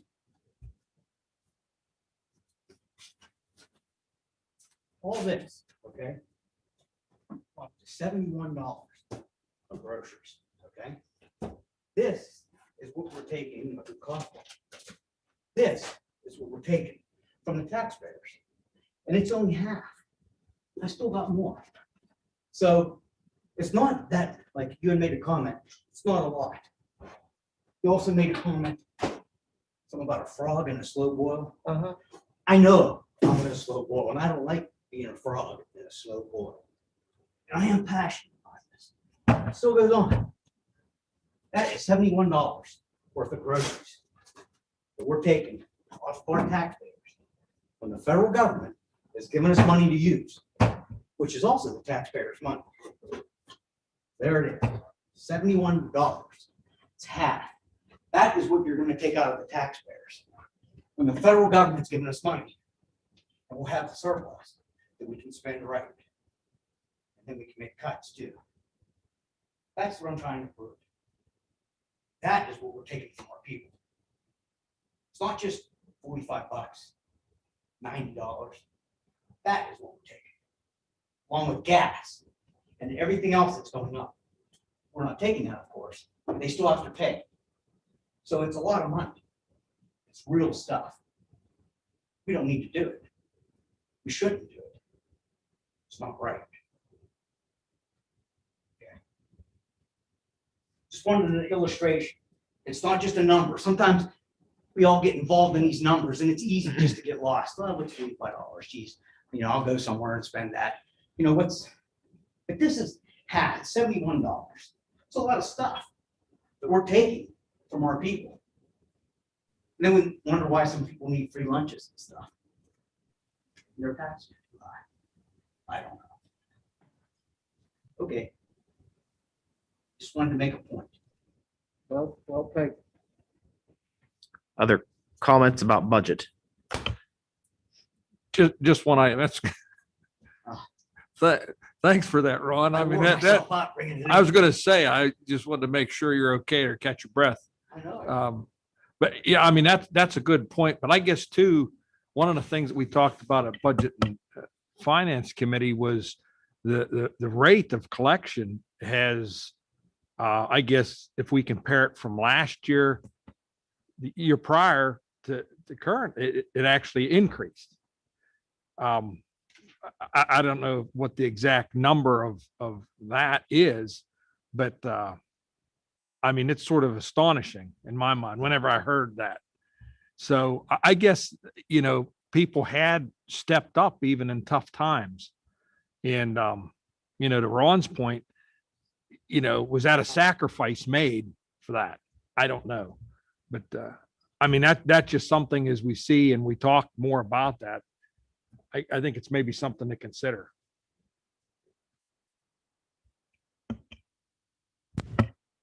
Other comments about budget?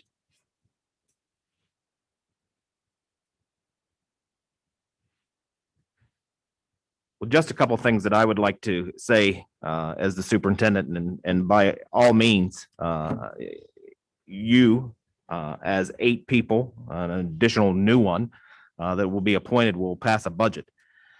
And I just have to say this, that some couple things that we have not brought up that we talked about in Budget and Finance Committee is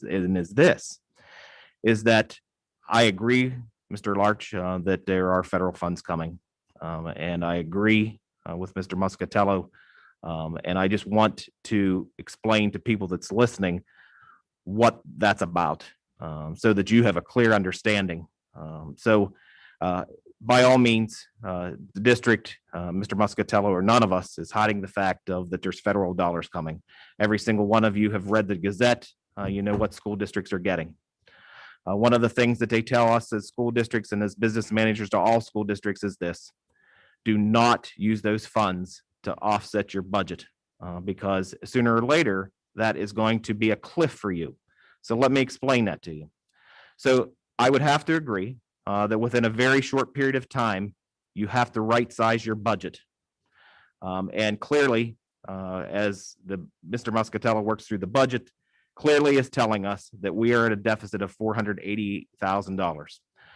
So that means that if those federal dollars were not there, this district has a deficit. And you have to take a look of how you're going to balance that. Absolutely, there's federal dollars there. You can choose to use those federal dollars, but it comes down to the fact, as I said as the superintendent, I am promoting every program for a kid. That is my job, and I will continue to do that. You have to make a choice then, as 9 people at a board, to figure out how do you want to balance that, meaning you direct me to look at things of how to cut. I have to say, when we talked in the Budget and Finance Committee, one of the things that I brought up was, so that we don't impact a classroom, is eliminating a security guard. Every single person felt that was a bad thing to do. All I'm saying, and I want to point out, you're kicking the can down the road. And I agree, there are federal funds and people are stressed at this point. And if you feel as 9 people to use those federal funds now to help that, I get that. But as a district, I'm going to sit here as a superintendent because I want to be your superintendent for a long, long time. I have to promote the fact I do not want to see a program get cut in this district. If those federal funds weren't there tonight or by June, you would be telling me who to cut, what program to cut. When I start telling people they're furloughed and when I start eliminating programs, you have to understand that that is very difficult for a young mother who has kids in that elementary school to accept that when for 12 years they have kids going through this district. Okay, so I know we're all passionate. I have to be passionate too. And I have to be passionate of the fact that every day when I walk in here, that I believe that we have an outstanding district here. I believe that we have strong programs in this district. I mean, listen, we are graduating high school students with an associate's degree. We have other schools sending their students here for an ag program. I just got done sitting in a webinar today with Mr. Grimaldi and teachers, and the state is using the elementary's MTSS programs for other districts across the state. I am proud of that. So I'm just have to sit here and be passionate too, to say it will hurt me to death to furlough somebody. It will hurt me to death to shut a program down. But I just sensed it when we had our Budget and Finance Committee, when I'm trying to present one thing to cut that doesn't impact the classroom, and that is a security person. And by all means, I get it. I was the one promoted to get promoting that security person because it takes 20 minutes for a state trooper to get here at some point should a situation happen. But we have to be logical and think. And I agree, everybody's passionate, but there's a lot of stakeholders in this pot. We have board members, we have taxpayers, we have parents, we have employees, but most of all, we have kids. And we've got to end up balancing so that we do not make a program shut down or we're furloughing an employee. So I just want to say that. I know we have lots of discussion from now till May, and it's tough. You have one of the most difficult jobs to do. You don't get paid for this. There's 9 of you that have to make that tough decision. You're my boss, and I will go in any direction you want me to. But I just have to say the fact of, absolutely, Mr. Larch, you are correct. There's federal dollars. I have to say, Mr. Muscatello is doing his job by saying to you, to this entire community, that if we did not have those federal dollars, we are sitting here with a $480,000 deficit. I think you would end up telling me, some of you, to say cut programs, but when we start talking about them, some of you are not comfortable with that. I'm personally not comfortable with that as the superintendent. So I just have to say all of that so people understand. I fully understand your passion. I fully understand his passion, but together we have to come up with a situation where, in my opinion, we're not cutting programs and not affecting a child.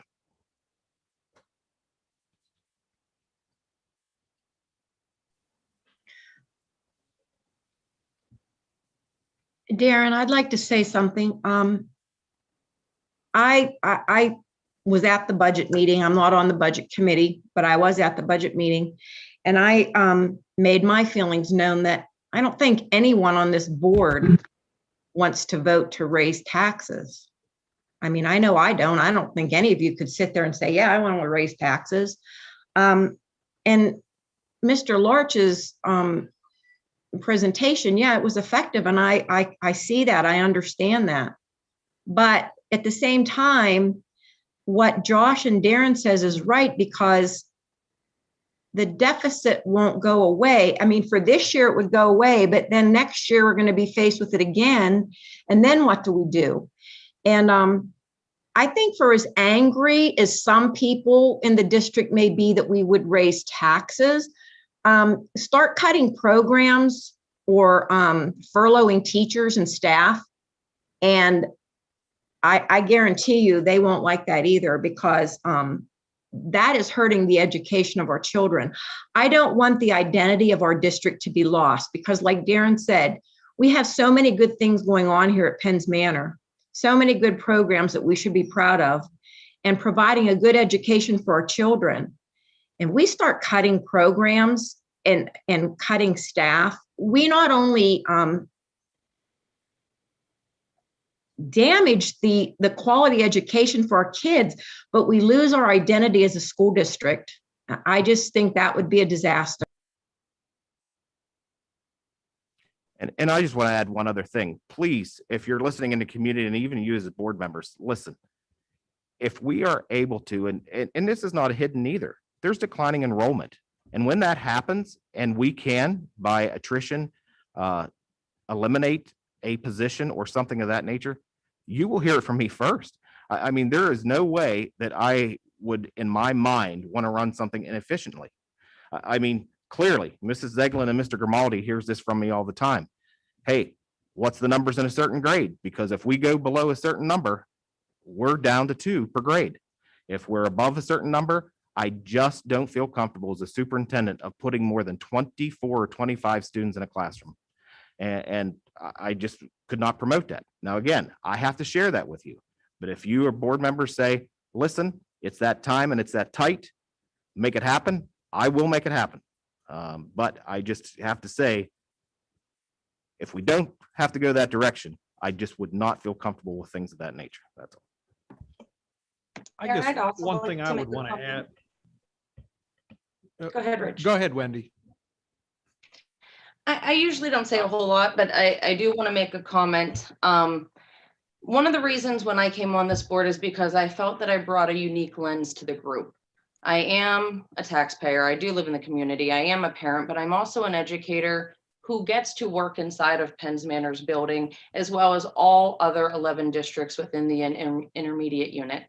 And I have to say, you know, with our responsibility to use funds to promote the education of Penns Manor, Penns Manor staff are doing amazing things. I get to see that. We've all made comment that our students were in face-to-face instruction if they chose that this entire year. That says a lot about the staff and the education that our students are getting at Penns Manor. So I know that we're all passionate. Again, I want to raise taxes because it raises my taxes and I have to pay those too. But I also think as board members, it is our responsibility to find a compromise. No matter how passionate we are, what side we are on, we have to come together and find that middle ground, whether that means using some federal funds and increasing taxes slightly, not the whole way to the X1 index, or whatever that looks like. We have to be able to work together as this board to find the best path. And like Darren said as well, the last thing that I want to see is us jeopardizing any education of our students. That's why we're here. That's what this is all about. So that's just a few points that I felt that I needed to make as well.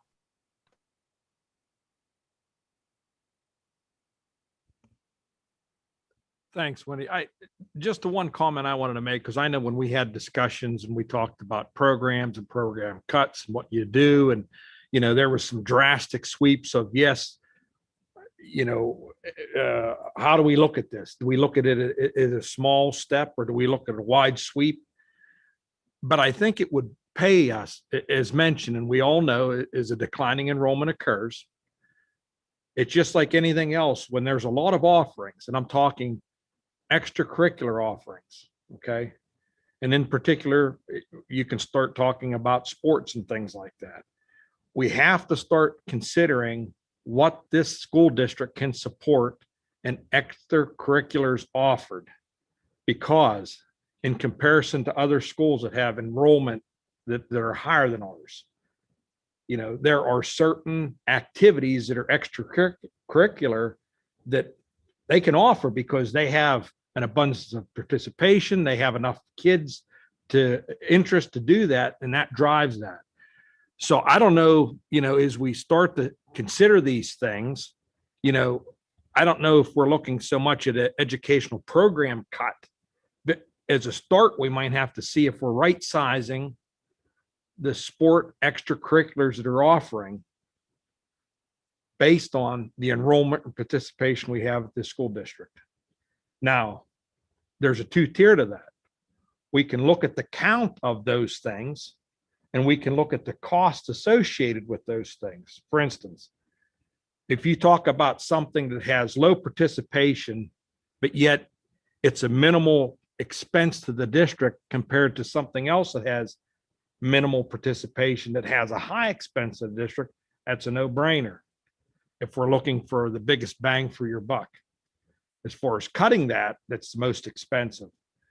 So I think that those are things that maybe if we move forward, looking at those kind of extracurricular things and right sizing it. I would like to see a lot of different things for my kids that were in school. You hear about rifle teams from other schools, you hear about golf teams and all that, and those interests that go along with it. We can't support that here at this school district. We can't pay a head coach, can't pay an assistant, because normally that's a few $1,000s. When it all shakes out, regardless of what it is, it's a few $1,000s. So I think that's maybe a consideration we need to look at. I hope that not everybody would say, oh, geez, we're going to cut teachers, we're going to cut all these things. I think that first step has to be, are we right sizing extracurricular offerings that meet the needs of the enrollment count that we have? That's a step that I think we maybe need to look at and consider when we think of these things. Because there's a cost associated with everything. And we have to just realize that. And I think we all do. Another thing going forward, and it's kind of like the elephant in the room as contracts come due. We need to look at wage freezes. Plain and simple. I've never ever seen or even heard of one in this district. But we're sitting here pulling our hair out over all the things and talking about cutting programs. Well, there needs to be some sacrifice from everyone, not just the taxpayers. So.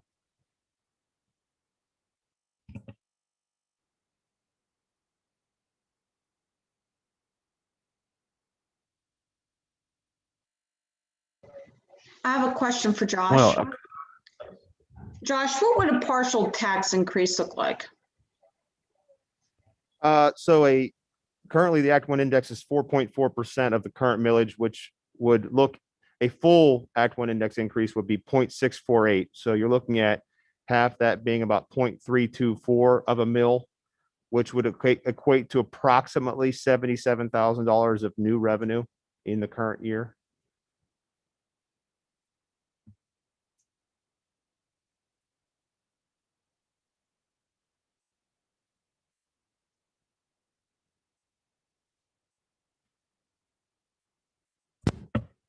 Other comments or questions, or I know the Budget and Finance Committee certainly will meet again before we get to May, so that any guidance that you as a full board give that committee, they will certainly discuss them, hash them out, so to speak.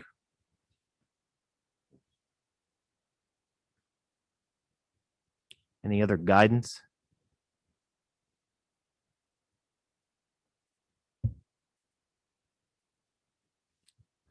Hardesty, anything that you want? I know you chair that committee. Any more Well, feedback certainly that you want just before we? certainly invite everybody at every meeting, and we'll keep you well informed. It takes all of us to come up with to come up with something. And we don't know where it's at this point, and that's what we're working on. I think Mrs. Tate just broached the subject of perhaps a partial Act 1 index. We certainly have the other funds to look at. Mr. Larch brings up a great point. We just need to all keep working together, and I just so much encourage you to join us virtually or in person when we have continued budget meetings. Thank you. Okay. And so we will organize another budget and finance committee meeting. Just want to remind people that's listening out in the public, the board's required to have a final budget by June 30th. We talk about our board meeting in June, but truly this board could pass a final budget on June 30th, not at their June board meeting. So currently our plan is to pass a proposed one in May, then a final one in June in our board meeting. But if we have discussions and we're still hammering out different things we want to look at, truly this board could wait till the very end of May and also the very end of June. So I just want to keep everybody informed of that timeline also. Anything else on budget for this evening? Okay. If not, let's move along to buildings and grounds. We do have one item, REA Energy Service Agreement. That is handout 6A. That it goes hand in hand with the electrical renovation project that we approved that K&K will be doing the work on.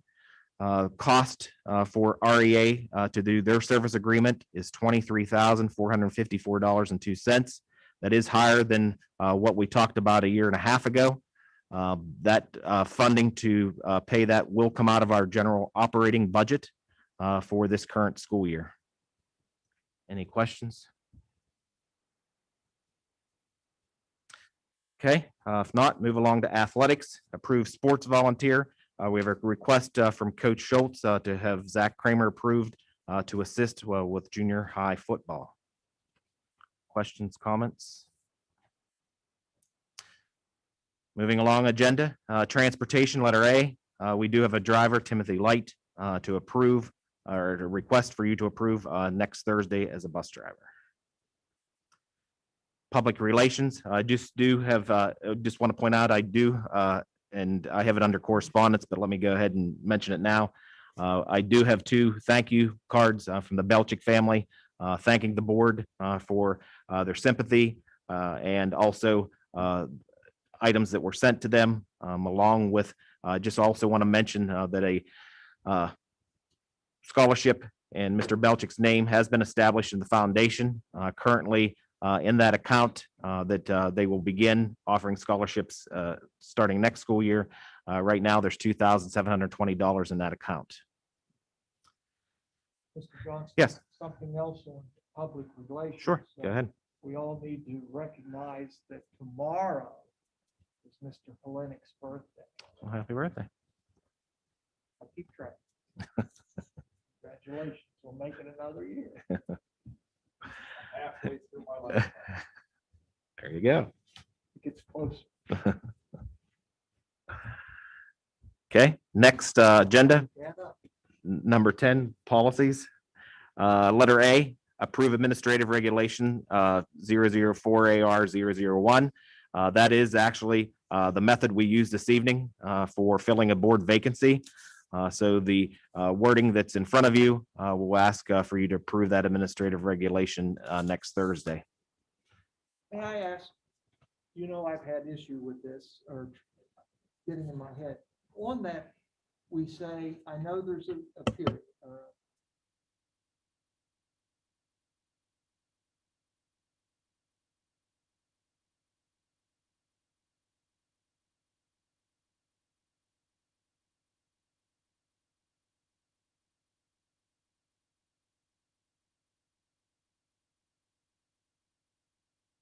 Darren pointed out, we as a board cannot remove one of our fellow members. Am I thinking too hard? Am I thinking Well, that I- others out there I may? take that back. You as a board can have a board member dismissed, and it's based on after there's so many absences, if a majority Oh, of the that's board right. feels, you do have the opportunity to do that. So let's, if Bob moved, but he didn't resign, we would have to take board action to follow our policy. Somebody just needs to tell me to hush up and let it go the way it is. It just seems to bug me. Well, the PA school code covers what you're talking about. What's that? The PA School code? school code covers All what right. you're talking I'll hush up then. Okay. Any other questions or comments on that? Thank you, Josh. We do have a comma that needs to be added after resignation. Okay, next, policies, letter B, approve revisions to oath of office and attach to policy 004. First, let me point out that on 10B, I have a summary of that oath of office certificate, and then also a summary of policy 150. You can see that it's listed there, but if you actually look at the oath of office, all we're doing is adding to the almost to the bottom of it. The only addition there, the notary can also administer the oath of office in person or remotely. So that's the only thing that's being added to the oath. And then also, let's go ahead and move to policy 150, which is Title I, comparability services. That is deleting the language that you see method of determination that has a line through it. It's removing it.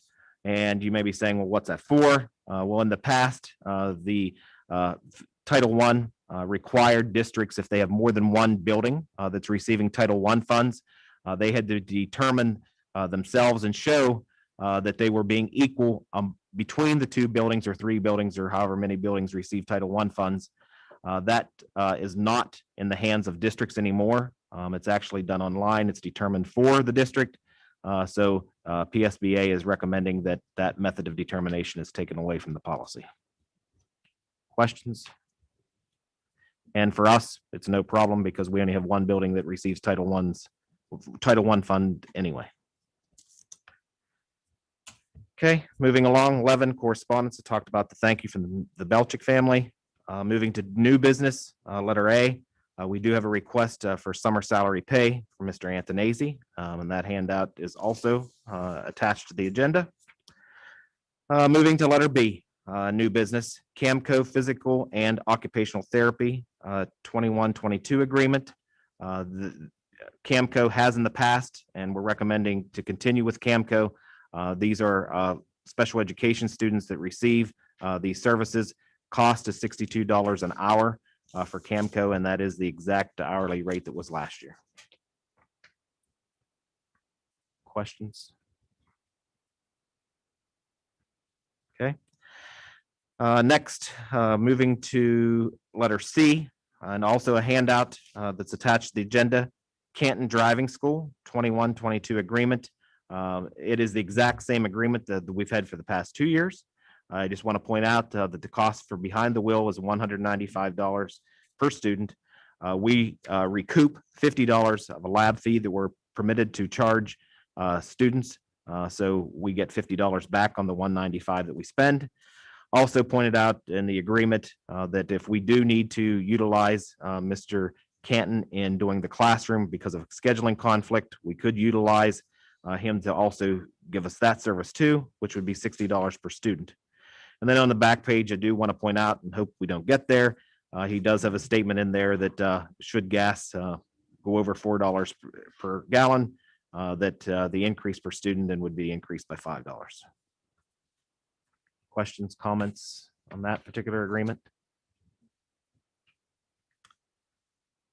Okay, moving along to new business, letter D.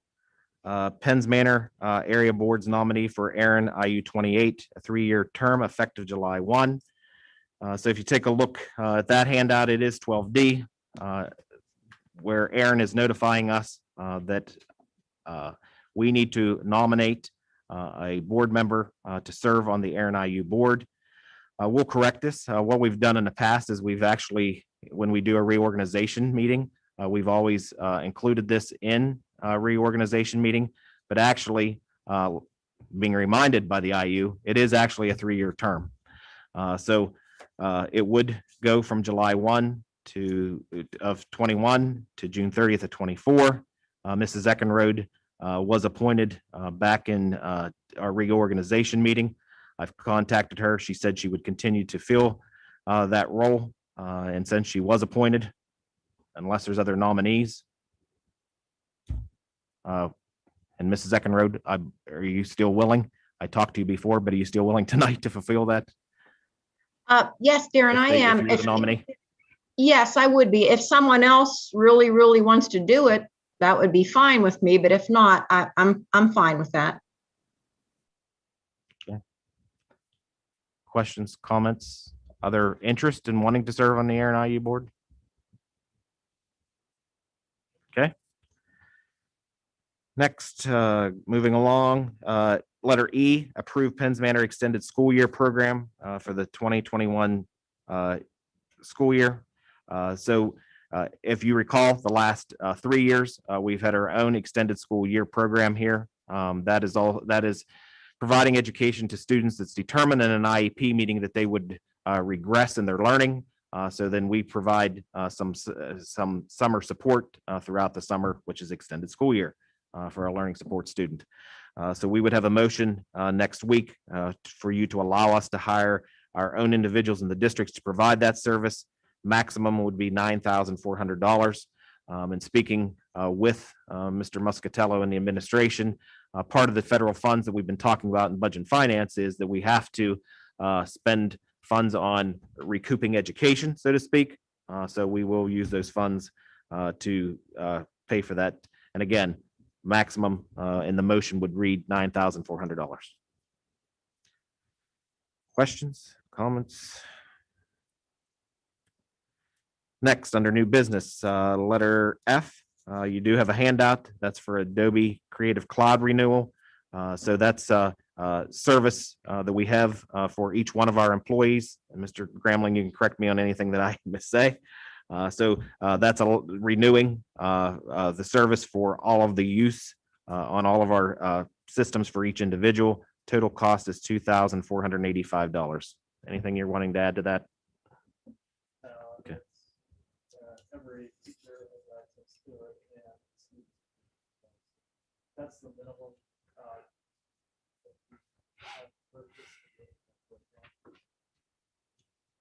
Okay, questions?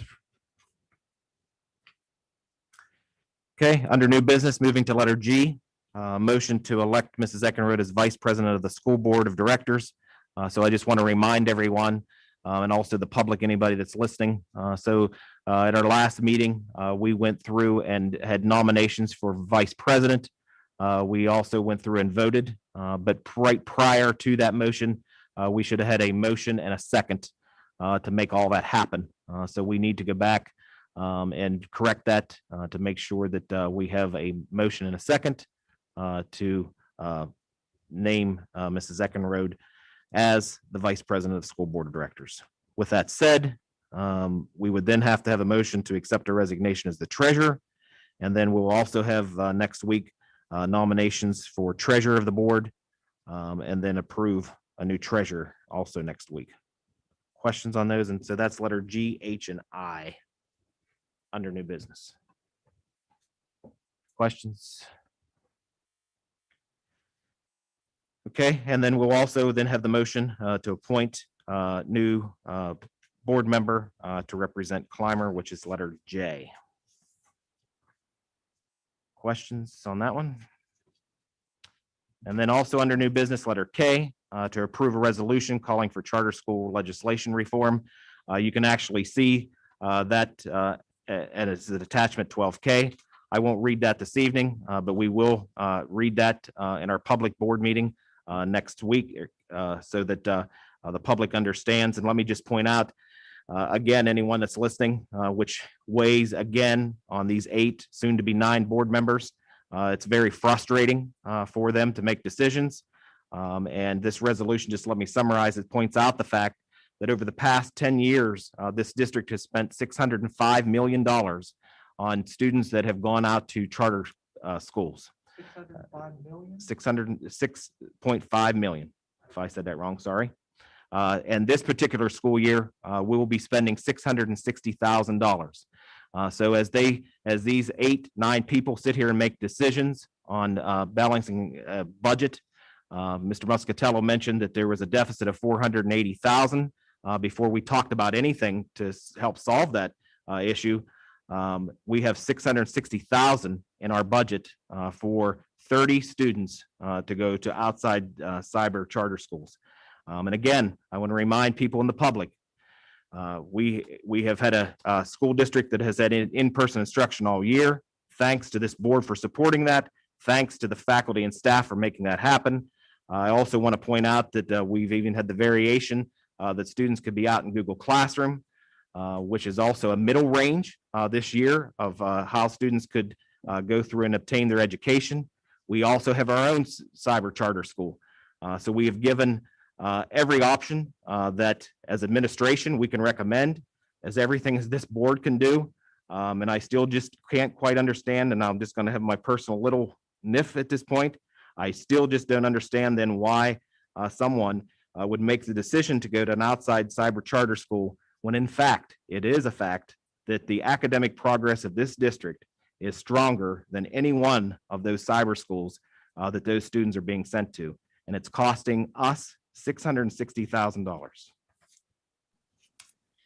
Also want to point out and add just a letter, one more additional item that I don't have listed. You recall that we've had a request for a long-term leave in our high school. We have been advertising for that position. We do have a candidate at this point that we would like to recommend because we weren't getting any applicants in.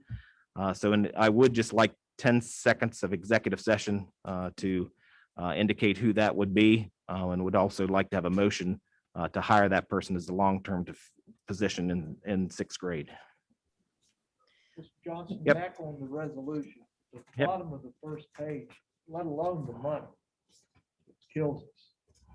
The point that says while up to 25% of the faculty at a charter school may be uncertified, That's correct. whereas we have to be 100%. I think that's Correct. something that this motion or this resolution is calling for. Just put us on a level field, right? Yes. We can be charged if we go over that amount again, not the total dollars, but what our tuition is decided by the state and how a charter school's tuition is decided.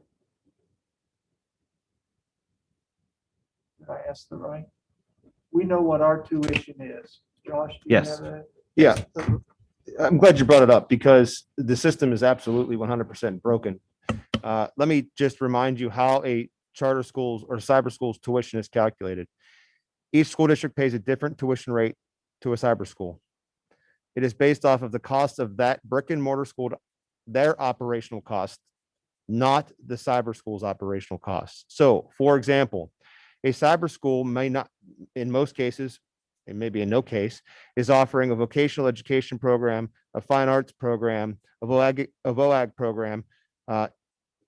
But the cost that we spend on those programs is being used to calculate that cyber tuition cost. The system is broken. A special education tuition for a student from Penns Manor attending a PA Cyber or a similar public cyber school costs this district over $35,000 a school year. It doesn't cost us $35,000 to educate a child. It costs this school district over $15,000 to send one regular education child to a cyber school. Keep in mind, again, those cyber schools do not offer vocational education programs. Some might. They do not offer fine arts programs like we offer. They do not offer VOAG programs like we offer. They do not offer extracurricular programs like we offer. The athletic programs, they do not offer. They don't offer extended summer programs like we offer. I want you to understand that the cost to send a kid to cyber school is mandated and is based off of our costs, not the school district, the cyber school's costs. It's broken. And that's about as passionate as I get. Josh, I have a question. That $6.5 million that Darren, you said, what was the time period that was paid? How many years? I have it over 10 years. And I was actually reading that. I'm glad you brought that up. I was reading that and thinking that actually might be 11 years, but I need to go back and look. Okay, thank you. I'd appreciate that. Thank you. Sure.